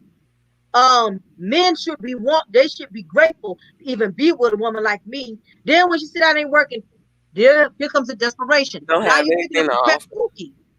Now she's picking up a pet pookie. What's up, Ishmael? Now she's picking up a pet pookie. What's up, Samuel? Well, that's how come you notice some of these really attractive women, they end up with a builder bump Because they dating on that or a level. pookie or a better male. Yeah, because they realized that the men they felt like they wasn't type to get, them type of dudes ain't checking for them. That's Because what I'm once them saying. guys done Like, you're found out not their underneath all type. that beauty and booty is too much drama. But don't that Exactly. usually happens? Your type is not their type. I say that all the time. Yeah, like you All may the like a time. certain type of man, but you're not their type. I've never been none of my types type. Me either. That's why I said that. Me either. Listen, ain't none of them jokers want to my ass. I don't give a Okay, damn like how real. hard I try. Look, They are I'm saying they was not checking for mocha, I honey. be trying to be, like, look. Okay, I make my own money. I got this. I got that. Ass still ain't their type. Yep. Yeah. That's what I'm saying. But see, that's good. We understand that. We're not gonna jump off a bridge or go on a stalking spree just because we're not their type. Exactly. We could I take a rejection. We could take no for an answer. exactly. You use your rejection as correction. That's what you use it for. Okay, this guy's not into me. Okay, now I know I may have to, Do pick something else different type of or guys or change my something else I need to expectations. change.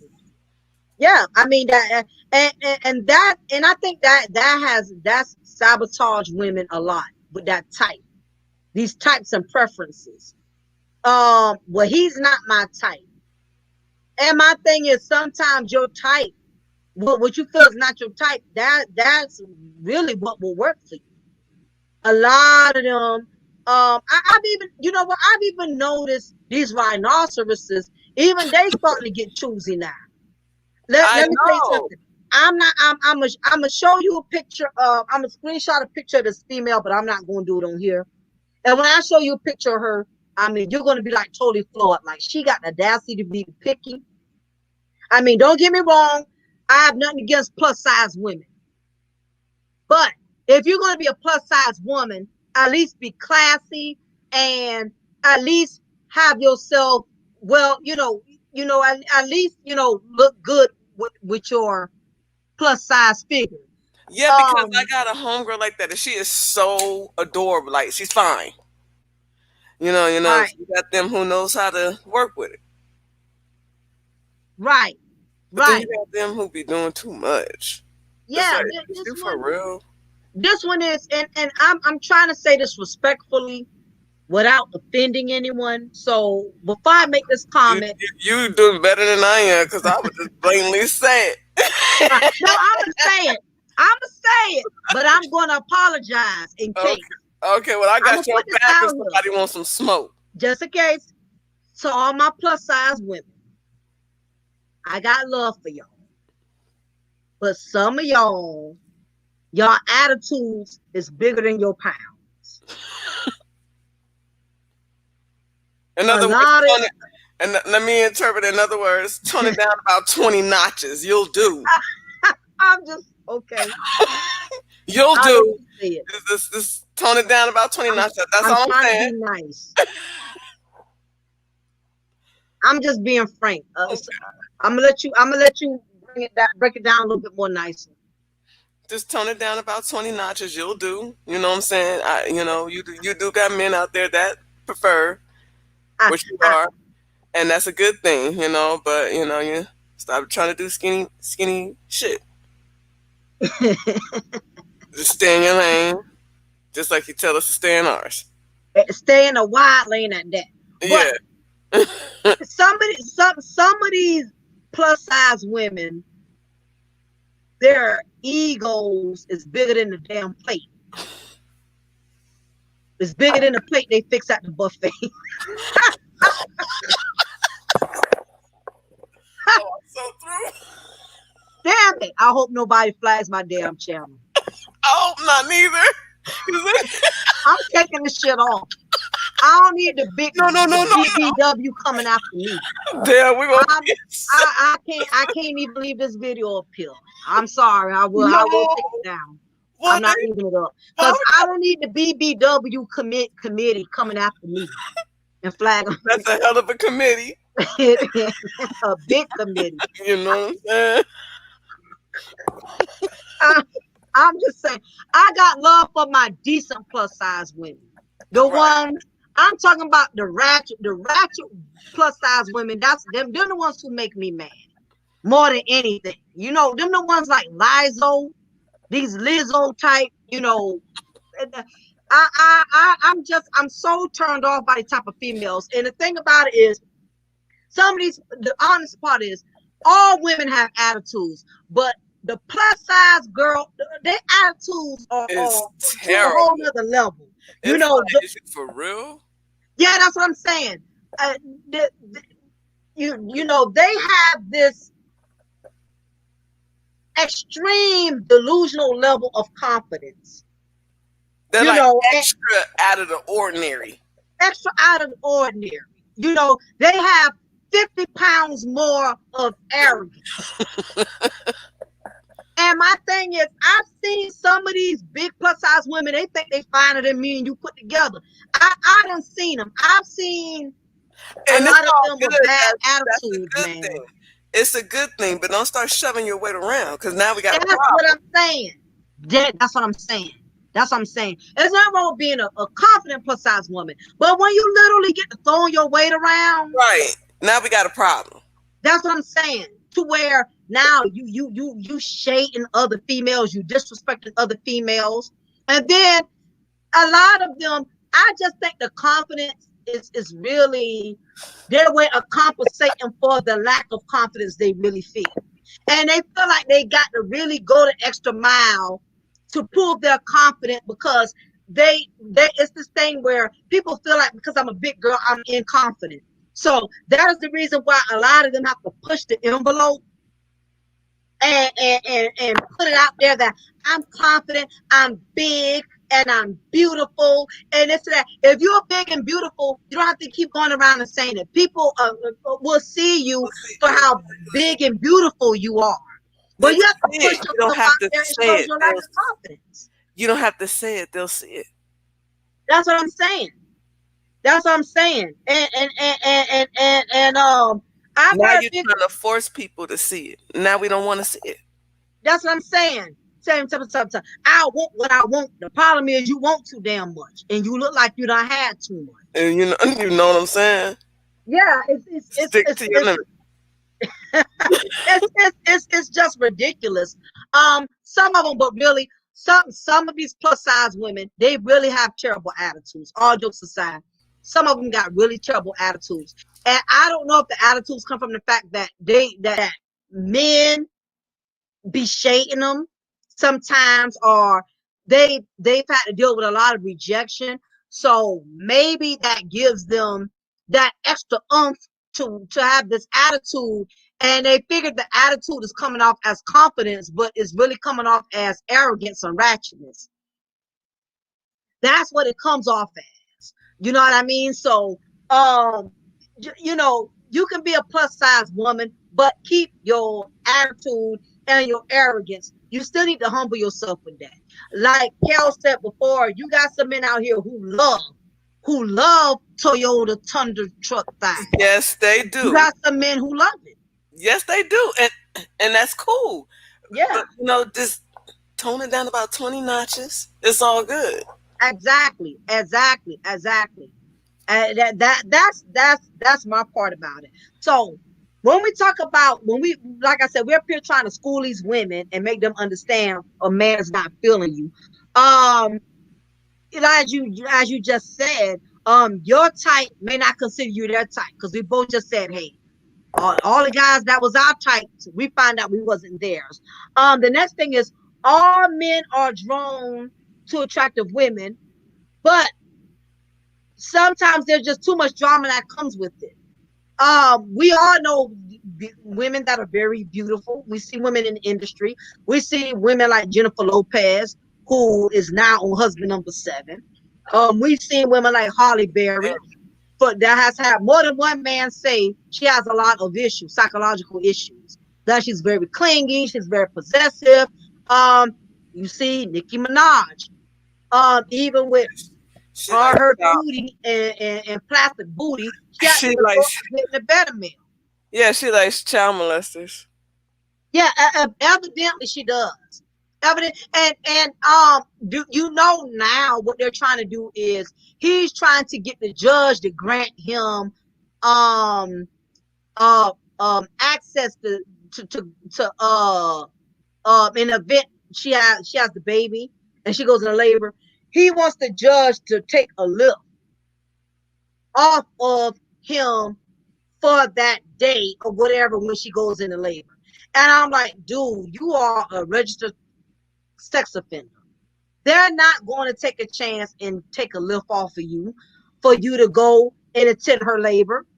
For one, you failed to register. He hasn't been that's what got him caught. He wasn't registering, and as a registered sex offender, you have to register. It's I think isn't important. it like every month or something? Well, basically, every state is different. To be a registered sex offender, it just means that you may have like 60 damn rules you live by. Okay, they're going to give you a book of rules that you have to abide by. And one of the main things is you cannot leave out of state. Okay, being a registered sex offender, you better off just being locked up in jail. I ain't trying to be funny, Yeah, because there's and they too many shouldn't. rules you got to live by. Isn't it true that they're not supposed to even have a social media account? No, they're not. Why you think she ain't been posting him all on And when Facebook they and and stuff? won't they get in trouble for having a social media account? Yes, because it has access to children. Yeah. Anything. Once you become a registered sex offender, anything that gives you access to children, you cannot have that. You cannot have Facebook. It's gotten so bad to the point they can't even have a real smartphone, because smartphones have Facebook on. They have to have like a regular basic phone, like one of them flip phones, some type of phone where you cannot get access to Facebook. Okay. Not only that, they cannot live in areas where there are children. That's another issue. And children live everywhere.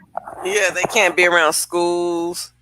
Yeah. So the Um, only thing is he did marry a multi-millionaire woman. So I'm sure she's probably in a mansion somewhere in the damn boondocks where there's no children nearby.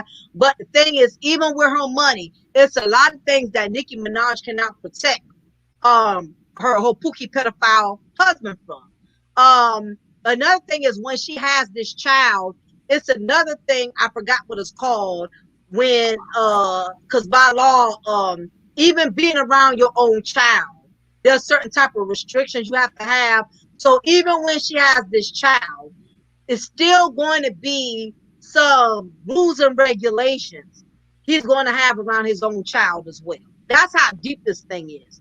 Nikki was not thinking because she did the 3D, like we mentioned, denial, especially once what Meek Mill and Safari got married and had babies. She had to catch the next thing. She had to catch the next thing walking, and she got desperate, and that's when she picked up Pookie the pedophile. After you were protecting your brother on this charge. Exactly. So, Yeah. you know how I am when it comes to the industry, and when suspect behavior like this be happening, it be like more to it. It always is. And it just goes to show you, like I mentioned it before, you could be a millionaire, you could be a woman that's a millionaire and still have a Section A, still have a Project Chick mindset. And Yeah, I basically mean, you she could made a take Project Chick move. in other words, you could take the hood chick out the hood, but you can't take the hood out the hood chick. Exactly. And I believe what she's not understanding, I'm sure she's going to enjoy the birth of her child, but she's not going to have the same privileges that many other women are going to have because of the type of offense her husband has. He's a registered he's a registered sex offender. Okay, regardless of what, he's going to have very few limitations. He's not going to be able to go to Chuck E. Cheese. But right, it's going to be kids over there. He's not going to be able to take his child to the fun park. There's kids over there. Stuff that the average father is able to do with their children. Like, you may have a man that wants to take his child to the circus or wants to take his child to the county fair. He's not going to be able to do that. Nikki did not think about none of that shit when she got knocked up by this guy. You're going to be a single married woman. You're going to be a single married mother, basically. Because this man, he's not going to be able to hardly do anything. She chose this because it's like you didn't have to pick up. She did. She didn't have to. Pookie the pedophile. Exactly. And you know how many women doing it? Just a regular, cool, conservative dude. Exactly. I think the reason why Nicki Minaj. That's what I'm saying. But you know what I think it is too? What I think it is when she did meet regular guys and stuff, because this Pookie the pedophile didn't come till later. All of these other guys that she was dating that was regular, that was decent, like Drake, her first boyfriend, her first fiance, Safari, all of these guys that were regular guys. What it is, there's two different people they're dealing with when they're dealing with Nicki. They're dealing with Nicki Minaj and they're dealing with Onika. Those are two totally different people. And it's too much of dealing with Nicki Minaj. That is the diva. That is the bitch, the bitchy part. I think once they have to deal with Nicki Minaj, that's when they see the other part of her that they can't deal with. And I think she's very difficult. I think she's a piece of work to deal with. When you're dealing with a female and her status that makes the amount of money that she does, I could only imagine the attitude. I could only imagine the arrogance. I could only imagine, the ego. And ain't too many men going to deal with that. Yeah, you're right. Why? And then when she did deal with a man like Meek Mill, who's just as egotistical as her, that added fuel to the fire. Yeah, they bumped heads big time. Because they both was too arrogant. And when they first got together, I posted in one of these blogs, because that was when she had just broken up with Safari and was really showing her behind. Like a lot of women do when they done broke up with the man they really love. They pick up a quick rebound dude, and now they trying to show out with the new man. You get what I'm saying? And when she first got with him, and the way him and her was acting when they was going on stage together, the way she would tongue him down on stage, the way she would be doing stripper lap dances on his lap and all this other stuff, you know, doing all this extra stuff. It's way beyond the Call of Duty. Way beyond the Call of Duty to prove to everybody that she was over Safari. And I never felt like she really was over Safari, but that's my opinion. So when she was doing all this beyond, over and beyond, what ended up happening was both of them ended up clashing. Basically, her and Meek Mill ended up clashing. And when they was on stage and doing all this extra little stuff, I remember I commented under one of the videos that they did, you know, and I remember the video. Basically, they was performing. She was performing. She was doing her little song on the stage. And in the middle of the song, Meek Mill, out the blue, I'm going to see if I can dig up that video. Out the blue, he walks in on the stage while she's doing her song. And when she says the verse, I'll let him eat my you know what, like a cupcake. When she said that line, Meek Mill walks up on the stage and says, ain't nobody eating my mother effing P-U-S-S. That's my P-U-S-S. Basically pimping her in front of her fans. You get what I'm saying? And he did it in such a shitty type way to where it made her look like she was his whore. More so like his whore than his girlfriend. You know what I mean? Because it's just some things you don't say. I got a problem with my old man saying, that's my P-U-S-S-Y to a bunch of dudes. You know what I mean? It's one thing if you say, that's my wife, that's my woman, I don't disrespect her or something like that. So when that particular video happened, I left a comment on the video and I said, this couple is a recipe for disaster. When him and her break up, they're going to hate each other. She's going to hate that she ever even dealt with him. She got with Meek Mill out of spite to try to get over a Safari. And I felt like the relationship was rushed and I felt like it was fake and I felt like it was artificial. So I had people coming in on me saying, oh, you just a hater. You hating on Nikki. You hating on the fact that her and Meek Mill is happy and blah, blah, blah. I said, I'm just calling them facts. Stupid. It's like, what is there to hate on? That's what I'm saying. I mean, comment. I'm just calling it out and showing up. They end up breaking up. I already said they was going to break up before it happened. I said, they're both too egotistical. It's not going to work. He think he the shit. She thinks she the shit. It's not going to work. And it didn't. And it basically didn't. So when she got with the pet Pookie, and that's how the fool got caught. That's how dumb he is, okay? He knows Kenneth pedophile Pookie, petty, whatever. He knew he was a registered sex offender. So when they went to Trinidad. When him and her went to Trinidad, they was in some type of parade. This how he got caught. This how dumb he is. They was doing some type of parade in Trinidadian because she claims she's from Trinidadian. I don't feel like she's from no damn Trinidadian. Every time these stars get up there, they want to claim they're from Trinidad. They want to claim they're from Puerto Rico. No, you from 54th and 23rd Street. That's where the hell you from, but whatever the less. She claims she's from Trinidad or whatever. She could be, I don't know. So while they're doing the parade, one of the guys that was performing was another big time artist that ran into Nicki Minaj and Pookie. They ran into both of them during the parade. So he runs up to her like a fan, you know, wanting to hug her or whatever the case is. Sometimes people get starstruck and they be wanting to hug a celebrity when they see him.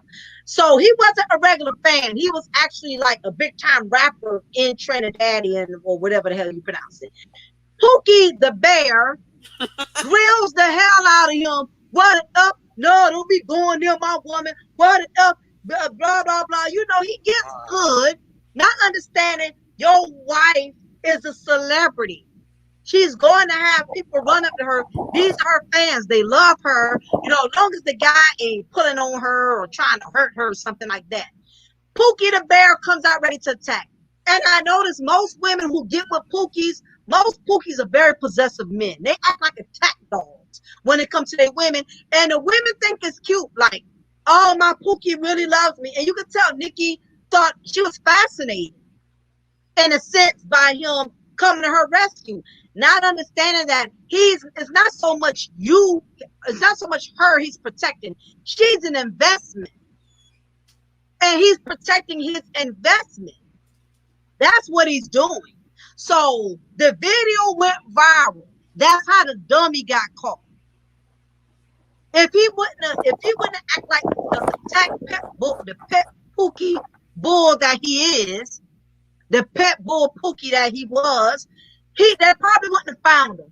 But that video, when it went viral, that's when they found out, he was in another country. And that's when they made him come back to California, which is when they registered him at. So that's why you haven't really been seeing him all over the place. They're not saying it. He's laying low for a reason, because he's court ordered. He cannot be all over the place for her anymore. I bet. Yeah, he can't be anywhere with her.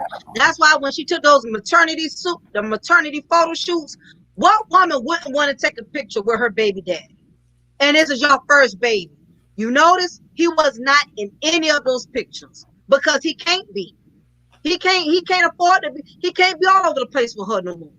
He can't hardly be seen with her because he's a registered sex offender. So she's going to find out, even with all these millions you got, you can't save him. You can't protect him. Comment section says, Ishmael says, Nikki dumb. That choice will affect her career. Who wants to be associated with her? Absolutely. Yeah, her career's about to go down. Yeah, it's pretty much plummeting. It's a good thing that she waited till the end. I mean, fortunately, she made most of her millions now, but it's somehow, some way, she's going to realize she got more than what she bargained for. And it's a lot of women with registered sex offenders. And these guys got really strict ass rules they got to abide by. You don't want to be married to a registered sex offender. That means he can't go anywhere with his children. So if you want to go visit your family out of town, and let's say your aunt or your mother, your grandmother has one child in that household, you can't bring him in there. She would never really be able to take him anywhere. Because children are everywhere. Children are in church. Children are in the grocery. I mean, children are every goddamn well. This is her fault. Huh? This is definitely her fault. Yeah, I mean, like I said, when it comes to the industry and weird stuff like this start happening, because I seen this picture of her pregnant. I mean, and it's just things I look at these type of things a little differently. Yeah, because you look different and stuff like I do. Yeah. Yeah. Yeah. I just see a lot of symbolic things going on that kind of make me question certain stories. Yeah, it's I think she done signed a deal with the devil, and she signed it even more when she married the Pookie the pedophile. Yeah, and yeah, I believe that too. I mean, she looks different. Like, I don't know. She does. Yeah. Roger Report says in the comment, Drake was interested for a while, but I don't think she wanted a man doing better than her by that point. She became a strong, independent black woman. A lot of women in the industry, this is why they don't end up with guys in the industry. Or if they do end up with a man in the industry, they don't stick with them too long, because what happens is they can't get a man in the industry to be submissive to them, because that man has just as much as she has. She couldn't get Drake. She couldn't get none of the men in the industry to stoop to her Pookie level, which is why she chose Pookie. She can make him her pet all the way down to the riverside and got her a little pedophile. Exactly, because the men in the industry, they're not going to take nothing off of her. Not when they making just as much millions as she got. Not when they got as much cars as she got. So no, she was not going to be able to have her way with Drake or Nas. I remember when her and Nas was talking, I knew that was not going to work, because Nas is way too intellectual. He's way too masculine. I already knew that was not going. I knew that wasn't going to work. When she got with doggone Nas, I'm like, nah, That relationship came and went so quick, nobody even knew about it. I don't think he wanted anybody to know. No, no. I mean, it was out there for a Because second. at that time, I don't think this is the whole point we've been making this whole lie. At that Right. time, she wasn't his woman; she was his time filler. Time, yep. Goddamn, now we're gonna have to do content on being a time filler. You know what I'm saying? Got to know the difference, ladies. Got to know the Yeah, yeah, difference. you got to know, but right now you just for rent. You just on Yeah. layaway. Right now, you just attempt. You just attempt. Yeah, Yep, yeah, yep. You just a fill in the gap. yeah. Um, and this is another point that a lot of women are not understanding. As to why men are not really feeling them like that. Another big thing is when a woman has too long of a track record with too many men. Yeah, it's like she inconsistent. When she's been with too many men, it's not too many men that are going to see her as a prize when she has a whole facts record. It shows too many. I mean, it shows that she's inconsistent. You know what I'm saying? Yeah, yeah, That, yeah, yeah, that yeah. was Or it that. shows that you not really out for men for the right thing. Because as soon as you get what you want or you don't get what you want, you're already on to the next dude. Yeah, it's like you don't have the man's best interest at heart. You're only looking out for yourself. Exactly. And a lot of women are not understanding that. You have a long track record. You done been with a lot of men, too many multiple relationships, too many multiple sex partners. It's not too many. It means you're a spoiled brat. Yeah, it's not only that, and then it means you spoiled. Your vagina has more mileages on it than the It's 1978 like, picture. listen, spoiled brat. No man is not interested in being your daddy. Exactly, exactly. Exactly. Another thing, another issues with women, another reason why men aren't interested in certain women is because she has children. A lot of men ain't trying to be no stepdad. No, he don't want to sign that. He don't want to sign that contract. A lot of men are not. You have some that do it, but it's not too many of them who want to step up and be stepdad. And they don't have to. And I totally respect that. Um, it's men who have done it, and it has backfired for some of them. You know, they haven't always been appreciated. The children become ungrateful. Um, Especially when she has older children. Especially if she has a son. Some of these women who got sons, they treat their sons like their husband. So when she gets in a relationship, her son cannot respect the fact that there's a man that's a part of his family now, because she's allowed him to play that role so long. You get what I'm saying? She has allowed her son to be the man in the house for but so long. So that's another issue that a lot of women are not understanding. The next issue also is you're way too independent. Even a man who wants an independent woman, he still wants to feel needed. He wants to feel like he has a purpose. You have some women Right. He still want to be who the man. he still wants to be a man. He still wants to know that he has the value, that you value him as the leader. And a lot of these women, they're not doing that. They like to keep throwing it up in their face. I'm independent. I got my own car. I got my own house. I don't need nobody. And once you don't put out there, you don't need nobody. First thing a man is going to think, then what the hell do you need me for? If you got it all together and don't need anybody, they don't need me being in a relationship with you. So that's another thing. And what a lot of women ain't understanding is being independent could also get you used. Because let me tell you something, an alpha male ain't gonna deal with an independent woman attitude. But a Pookie, he's gonna deal with you independent woman.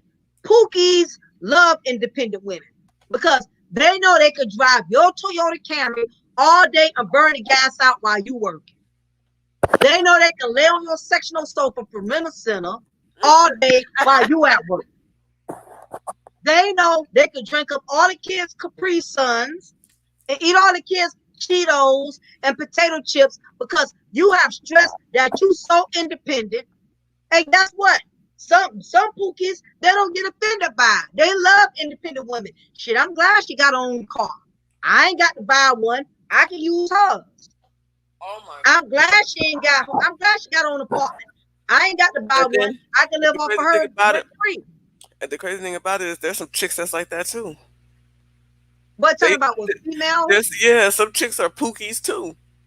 Oh, you got a lot of It's, female oh pookies. my goodness, female There's pookies. more female pookies It's than it like, is men male let pookies. me tell you, these are some squatters. I'm gonna call them squatters. Wow. I strongly I believe it. Like, You have some women, that have more men in and out of them like the correctional facility jail. You know what I'm saying? They go from man to man, from dude to dude, getting rent money from this one, getting car note money from that one, crashing on squatters. this one sofa, crashing on this one garage. I'm like, really? Girl, I'd be like, girl, you a squatter? Yeah, you got Like, a lot of them. yeah. Just don't just live off of men and they social security checks and they little paychecks and Yeah, I'm noticing too. A lot of females are dating men twice their age, old enough to be their dad, because yeah, because they they know live these men off of get social security checks. it. Yup, exactly. And it's like, damn, you gonna use this man for his little social security check? He only get about 800. Yeah, but see, Viagra done messed up the game now, because back then you used to sleep you used to sleep with a sugar daddy. He didn't want no sugar. They be wanting some sugar now. That Viagra done messed it up. He be wanting to listen. He be wanting to hit it with his church socks on. He And it's, want and it's to hit it with his church socks on. You just got to and it's yeah. Them old men be having their church socks on when they be doing something. So yeah, Viagra done messed it up. Done messed up the game, because like I said, sugar daddy wants sugar. I'm not single anymore, but I tell you what, if I was out there, I would need a diabetic daddy. He can't want no sugar. I wouldn't want no sugar daddy. He'll have to be a diabetic daddy. I know, right? I hope he is. And he can't want no sugar. I can't have you on top of me smelling like goddamn Geritol and mouthballs. I can't do it. Them old men be smelling like vapor rub. You know, They be smelling juice like and plums. It's like negative. they be smelling like Vicks vapor rub. You know what I'm saying? Mixed with Old Spice and blue magic damn bergamot grease. Oh my goodness, like ew. Like a But you got some of these women, they sleep with older guys. I mean, that's real old like that. yeah, and you know what my mom used to tell me? Yeah. She said, you don't mess with old men, they give you worms. Oh gosh. Man, I don't do no Willies. I don't do Mr. Willie. I don't do Earl. I don't do Oliver. I ain't doing I no don't Oliver. I don't do Charles. Oh hell, my husband named Charles, but he the younger Charles. Listen, he's the 45-year-old Charles, not the 70. Oh, So good. don't even come at me with that for anybody to chat with. I'm not dealing with a senior citizen, Charles. Okay, just let y'all know. But I can't deal. Even if I wasn't married, I still wouldn't want to deal with no old man like that. Them older men, you know what I'm saying? Especially them ones that don't look good for their age. But you know me, I've never gotten older, attractive guys to approach me. I've always gotten the older men that look like they do oil Yeah. changes. They have a dirt in their nails Wow. and stuff. I don't never get an Oliver. I get a Willie. I've never gotten like the attractive older guys that want to talk to me. I always met the ones that wore dirty ass overalls with Oh my nails goodness. with dirts in their nails from doing oil changes for $20. You know what I'm saying? Damn, it's like hell no. But yeah, That's what I'm saying. You can't use them older men no more. They be wanting some sugar now. You can't. They be wanting to get laid. You can't take advantage of them old guys no more I had or a friend. whatever. So I had a friend who had a situation. I think a guy at her job be kind of like tricking off. And, it was a girl that used to work there who he used to mess with. He's married, and he used to mess with for like 2 years, tricking off on her. She don't work there no more. So now he's looking for a apparently a new chick at work that he could trick off on.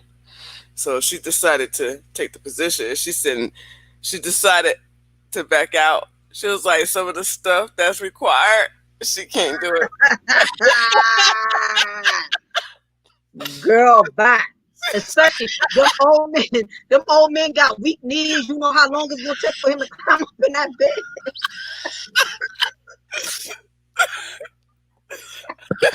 If he got arthritis in them hands, he ain't gonna be able to grip nothing from the back. You gonna be there for like 2 hours. You're gonna be sucking for like 2 Hey, or 3 hours. you gotta make sure he drinks some damn insurance before he, so he has to Wait a minute, you heard me? I said you're gonna be sucking on it for like 2 or 3 you know how long it takes him to get off. and it ain't gonna never get hard. So no. That's what I'm saying. Oh hell no. You know how long it takes them old dudes to get up? Shoot. Oh, Then for one, and you better hope he took his goddamn blood pressure medicine, because it's really gonna take a long time for it to come up. Ain't no way in hell. Dealing with them, I mean, screwing these old dudes, bro. Come on now. A lot of these females, they so damn scandalous, like for real. They screwing damn great granddaddies. You tricking off Mr. Earl. Tricking off Mr. Earl. This is a perfect example of me saying never sell your soul for trinkets. That's what I'm saying. Yeah, Negro trinkets. You know what I'm saying? Literally trinkets. Yeah, that's exactly hood trinkets. Hood trinkets. That's exactly what it is. That's exactly. I mean, you ain't got the doggone suck the old man off. You know what I'm saying? Just make sure he take his medication, and when his ass go to sleep, then you go find his little damn debit card and do what you got to do.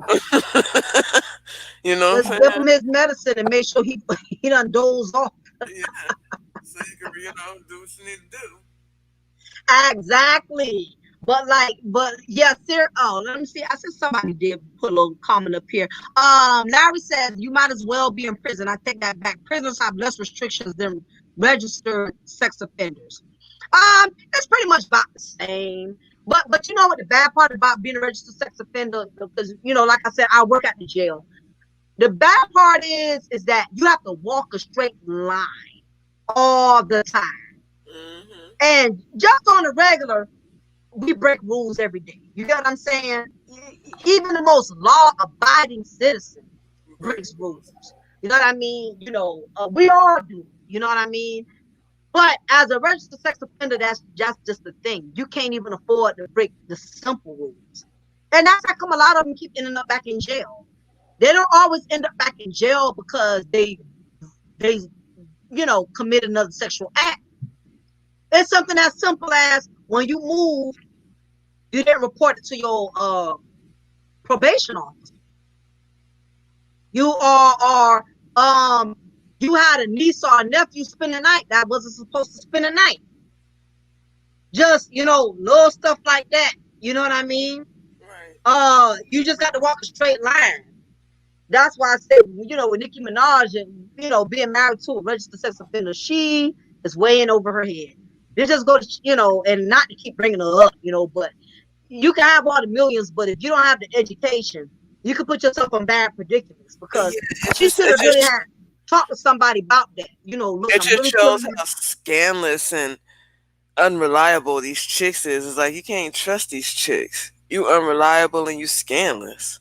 Yeah, you can't. Yeah, you just have to and that's how we did this content tonight. These women, they need to understand, they need to hear it from other women that it's just certain things you need to be cautious of, certain things you should do and shouldn't do as a woman. If you want to be taken seriously, you're looking for a relationship, you're looking for marriage, something deep and meaningful, because let me tell you something, you're not going to be fine forever. Eventually everything that's pointing north is going to point south. Mm-hmm. You have boobs that's going to sag sooner than later. You're going to have wrinkles. Your body is physically going to take changes. You're not going to be a fine city girl thotting it up and tooting up and twerking for the rest of your life. Eventually, as you get older, you're going to become an older woman, and the decisions you make in your youth is going to affect what kind of life you have as a woman. And the same thing to you men out here. A lot of you men who, you running around and you burning all your energy by dealing with all kind of women, screwing Keisha, screwing Pam, screwing Tonika, all of these women you're putting all your energy into. Sooner than later, you're going to look up, you're going to be an old man. You're going to be in your 70s, you're going to be in your 80s. You don't make good decisions now, it's going to affect how you get to enjoy your elderly life. A lot of people don't think about stuff like that. We just look at the here and now. We want to have a good time. We want to be buck wild. We want to be crazy. Nothing wrong with that, but you have to look at the future. You got to see past the woman, especially women, because women age quicker than men to a big degree. Because we have babies, and especially women who drink and smoke a lot, they age even quicker. Women who have been in the street, women who are very promiscuous, they age rapidly too. So you definitely got to be very, very mindful of decisions you make. Also, is there any last words or anything you would like to say, Kel, before we get ready to shut everything down? Yeah, well, no, I don't have too much to say. I just, you know, it's just that WAP or whatever from Cardi B and Meg the Man. That's what I call her because Meg the Man. Yeah, I didn't realize she looks so manly. Wow. I think she's a dude. That's not the way of life. You know what I'm saying? I'm old school. I believe in catering to my man. I believe you're supposed to cook and clean. The pussy was just like dessert. That wasn't always the main course. That wasn't always what a woman was offering from what I came from. Women like me like to cater to our men and give them more than just pussy. Cook, clean, the whole world, whatever he wants. So don't think that your pussy is going to buy you into heaven. It's not. Yeah, so there's no vagina. I would prefer for women to be a little more self-sufficient. And realistic. Don't set the bar too high. Don't set the bar too high. If you live in the projects with 6 kids and 5 baby daddies, you don't need to be looking for no NBA play. Right. Or you shouldn't be looking for no man. You should just be looking for no man. Exactly. You should be trying to grow from where you at with you and your 6 kids and the 5 baby daddies. You shouldn't even be looking for another dude. You should, exactly. You should be trying to move up in life. Exactly. Yeah. So now, a little breaking news here. I don't know if anybody has heard or are you familiar with Sweetie Pie's show Kels? Who's Sweetie Pie? The show Sweetie Pies. She was the one that used to be one of the background singers for Tina Turner, and she had her own reality show where her son Tim, her family had like a little reality show where they run like a little restaurant. Oh no, I don't think I've never. You never heard of that? Yeah, it was a show. It used to. I forgot what network it used to come on, but it was a show called Sweetie Pies. About one of the women who used to be a background dancer for Tina Turner, and she had her own show, which was pretty good. And her son on there, which was one of the ones that was helping her run the place. Basically, they found out that breaking news, he's been arrested on federal charges. On the commission of murder for hire, because her nephew got killed. Her grandson, I apologize. Her grandson got killed a couple of years ago. Okay, and what they're trying to say is, he had set that murder up because he had life insurance on his nephew. He had put out for $450,000 life insurance policy on his 18-year-old nephew Andre Montgomery. In the days leading up to Montgomery's murder, Ellis told Montgomery that she was coming to St.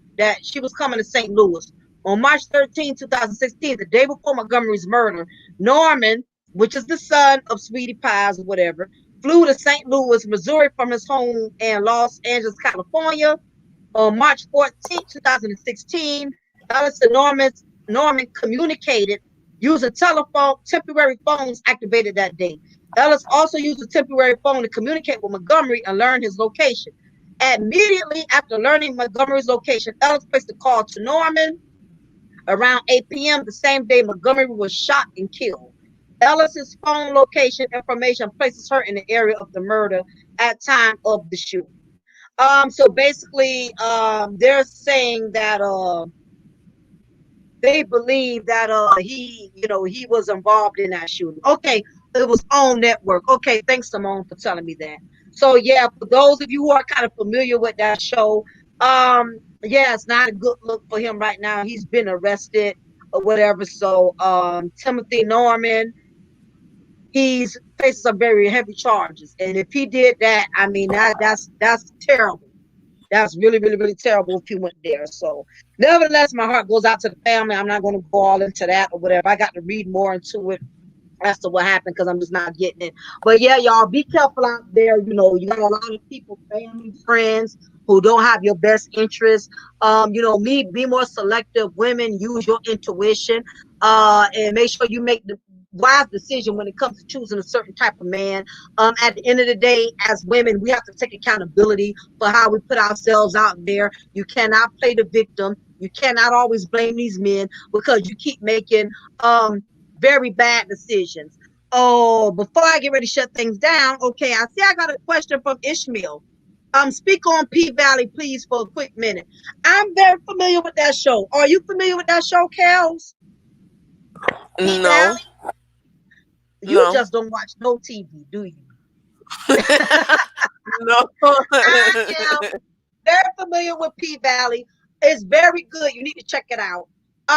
For those of you who don't have P Valley, just letting you know, I sell cable.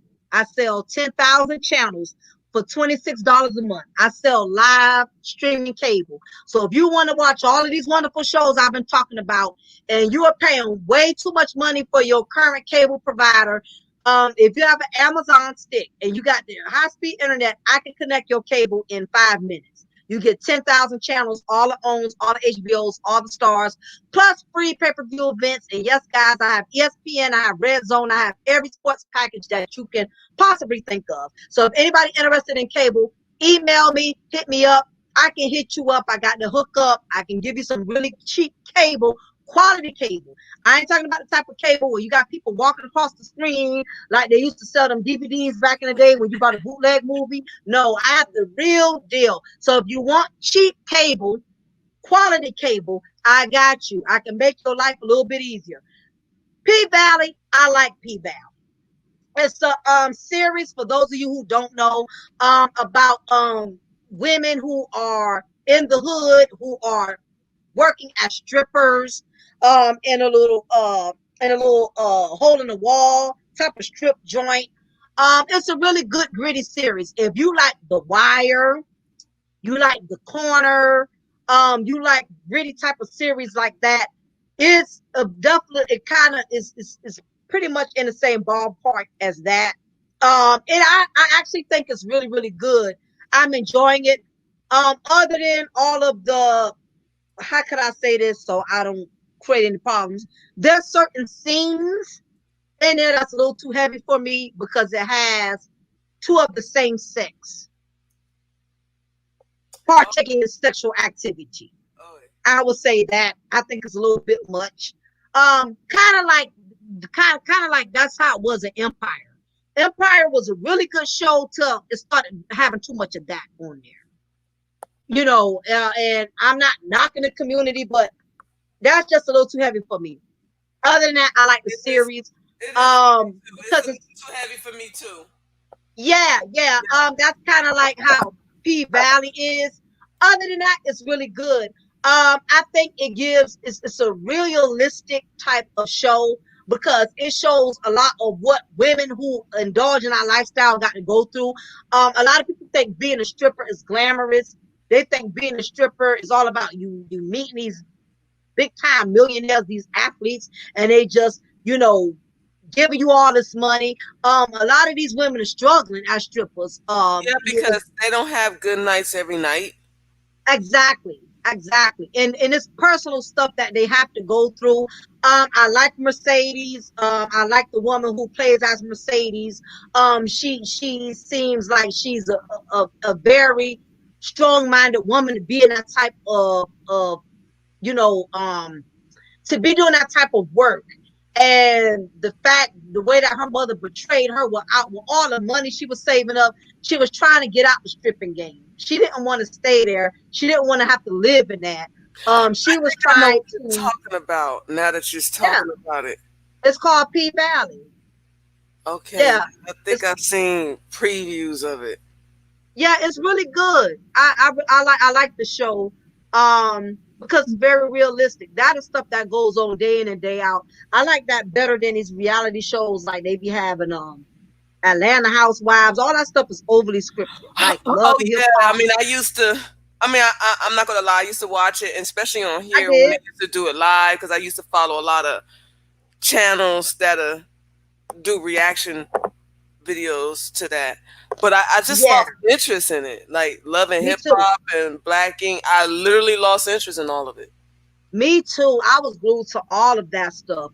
But if anybody who hasn't seen P Valley, please check it out. I'm gonna It start is looking really at that. it's really good. Like I said, if you like The Wire, you like The Corner, you'll like that.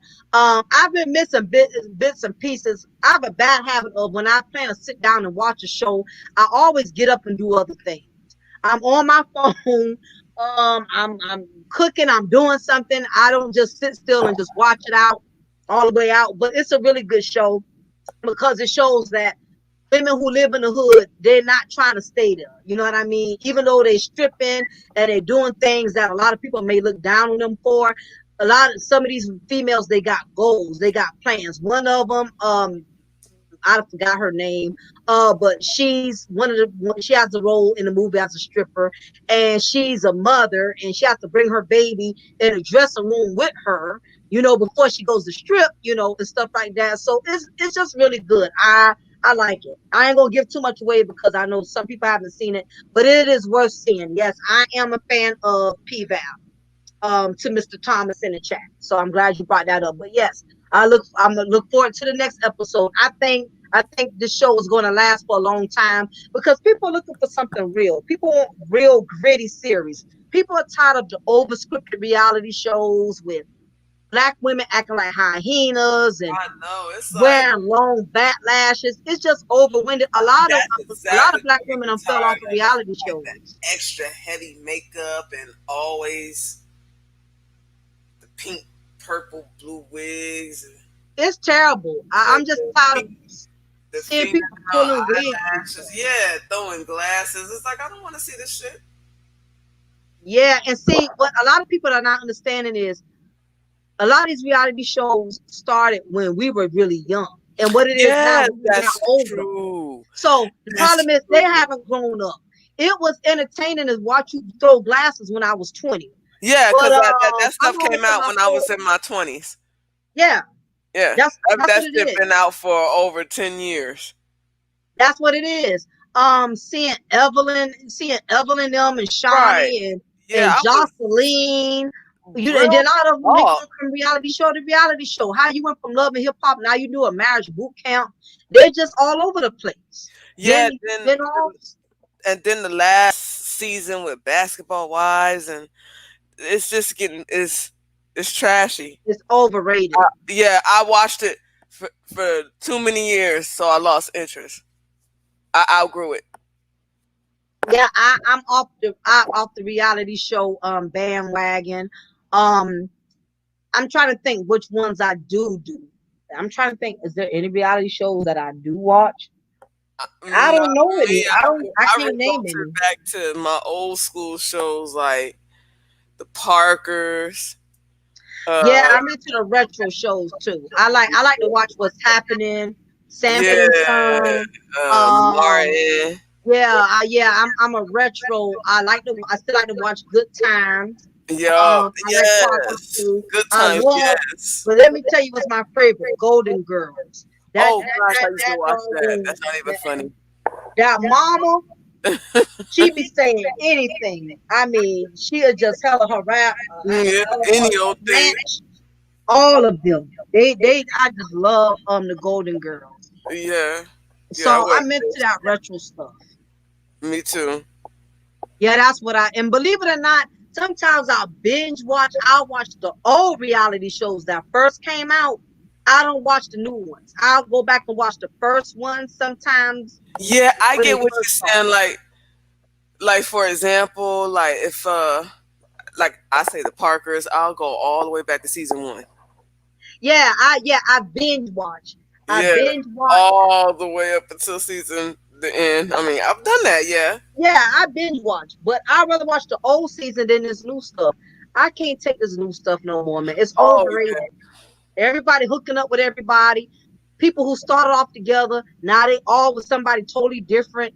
It's just a hot mess. I just can't do the reality shows. But yeah. yeah, Me either. I totally agree with you on that. But yeah, this has definitely been a great conversation. We talked about several things, and I definitely want us to do another panel again. I hope Um so. Don't let it go so long I without us doing know. a panel, because I miss our panels Yes, and our shows. Now, Rubes, I know some of the shows that she be doing because I be trying to go support, but like I said, I work, I start at 6 in the morning. So right. by the time 5 o'clock in the afternoon come, I done been up for about 12, 13 hours already. So I'll pass out for a minute and then I might wake up at around this time and I done missed the shows, but I know the days that she's open and the days that she's not. Yeah, and definitely I would try to definitely go this long, but also too, yeah, ever since I started becoming a correctional officer, You've it's been just mad so busy. exhausting. It Yeah, is it is it is just these 12-hour shifts, especially now when I was in my old unit, it wasn't too bad when I was dealing with all men. But now that I'm dealing with a mixture of men and women, them women are just so exhausting. yeah, because they emotionally disturb, and Dealing that's with very female inmates is so different. exhausting. Uh It's very overwhelming because when yeah, you're dealing with oh my women, God. women are emotional. Literally, men, listen to me, they're emotionally disturbed. That's overwhelming. Yeah, yeah, you're 100% right. I deal with a lot of that, and then some of these women are mentally, they got mental illnesses and stuff too. And then, like I said, with all of that on top of that, they got these heavy charges. And we got a lot of young women. I mean, not even 18 years old, and already got a murder rap. There's a lot of young women, in jail for murder. And I'm like, wow, you know what I mean? Your future is gone. Y'all got children, y'all got y'all mothers. A lot of these young women, they just have no regards for life. As well as a lot of these young men, everything is about street cred. A young man we personally knew just got killed not too long ago. From another young man I supposedly was his friend, and he's sitting up in the jail, not even worried about it. It's sad that these young people have like no regards and no respect for life. Because I'm around them. They come into jail and they act like you can just see it in their eyes. Reality has not sunk in. Um, they don't even consider it doing time. They act like it's a vacation, and they all start off like that. But the reality is, once they've been there for a year, reality starts sinking in. At first they act like they don't care. When they first come in, it's like a vacation. Yeah, I murdered somebody, I killed somebody, so what? I'm just on vacation. But as years and time goes by, you start to see the depression weigh in on them, and you start to see that the reality is sinking in. I know a young man who killed his mother, killed his own mother. Okay, and he's in at the jail where I work at. And the reality is slowly sinking in. And now that it's sinking in, he's acting out a lot. He's getting very hostile with the officers, and when reality sets in, that's when that whole side of them, they start tripping, but I'm like, you chose this. You chose to kill another person. You chose to take somebody's life, and these are the consequences you got to deal with. And we are, like I said, it's a lot of young women in there for murder. Up with my daughter, I got 19 year olds who I am an authority over for murder, and there's several of them. Some of these females are in gang, all kind of stuff, and you don't believe that stuff is real until you actually work in that type of environment and you see it. And they be talking about stuff back at home. Yeah, girl, I got this car. Yeah, girl, I got these kind of shoes. You about to do life in jail. You're not gonna see them shoes no more. You ain't here for life. Girl, you talking about the stuff you used to You have. pay a note on that car is gonna be That's gone. what I'm saying. You'll be surprised how they be sitting up here talking about stuff they used to have. I'm like, girl, are you serious? You in here for life. You ain't never gonna see another pair of Jordans. The only thing you gonna see is them county slides, them county flip flops. That's what you're gonna be wearing every day, and that jumpsuit with your number on there. That's what you're gonna be wearing every day. So, like I said, this type of profession I do is pretty much of a headache. So I'm glad that you have a lifestyle where I can kind of catch you on a dime or whatever, because that looks like that's kind of how it's going to be. Whenever we do panels, I got to try to catch you on a spot or whatever. So, but yeah, definitely, I will make it my business not to drag it out this long for us to do a panel, because I think it's definitely well needed. But definitely, I thank you, Kels, for hanging out with me tonight and being a good sport. I know we went on for a long time, but of course, because we haven't talked in so long, so that was to be expected. And I'm definitely not, feeling any type of way about that at all. But definitely, to all of everybody in the chat room, I thank y'all for hanging out with me and Kels tonight. Y'all definitely was good sports. We appreciate the energy in the room, all of the guys, all of you ladies, even though we was going in pretty hard on the ladies, I appreciate the fact that y'all was very receptive to the content. Y'all didn't get in your feelings and all this other stuff. So I appreciate the energy of the chat room, and the same things to you guys. You all put in y'all input, y'all added a lot of things that we also could learn from as well. So again, I thank y'all as well. So with that being said, we are going to go ahead and end it from here, and we will be doing another panel very soon. So on that note, everybody, y'all continue to have a blessed and prosperous night. May God keep each and every one of y'all. It is your girl Mocha and your girl Poetic Kels. We are signing off. And again, we appreciate all the super chats, the positive energy, and definitely, most importantly, we appreciate y'all presence. Y'all have a good night and take care. Good night.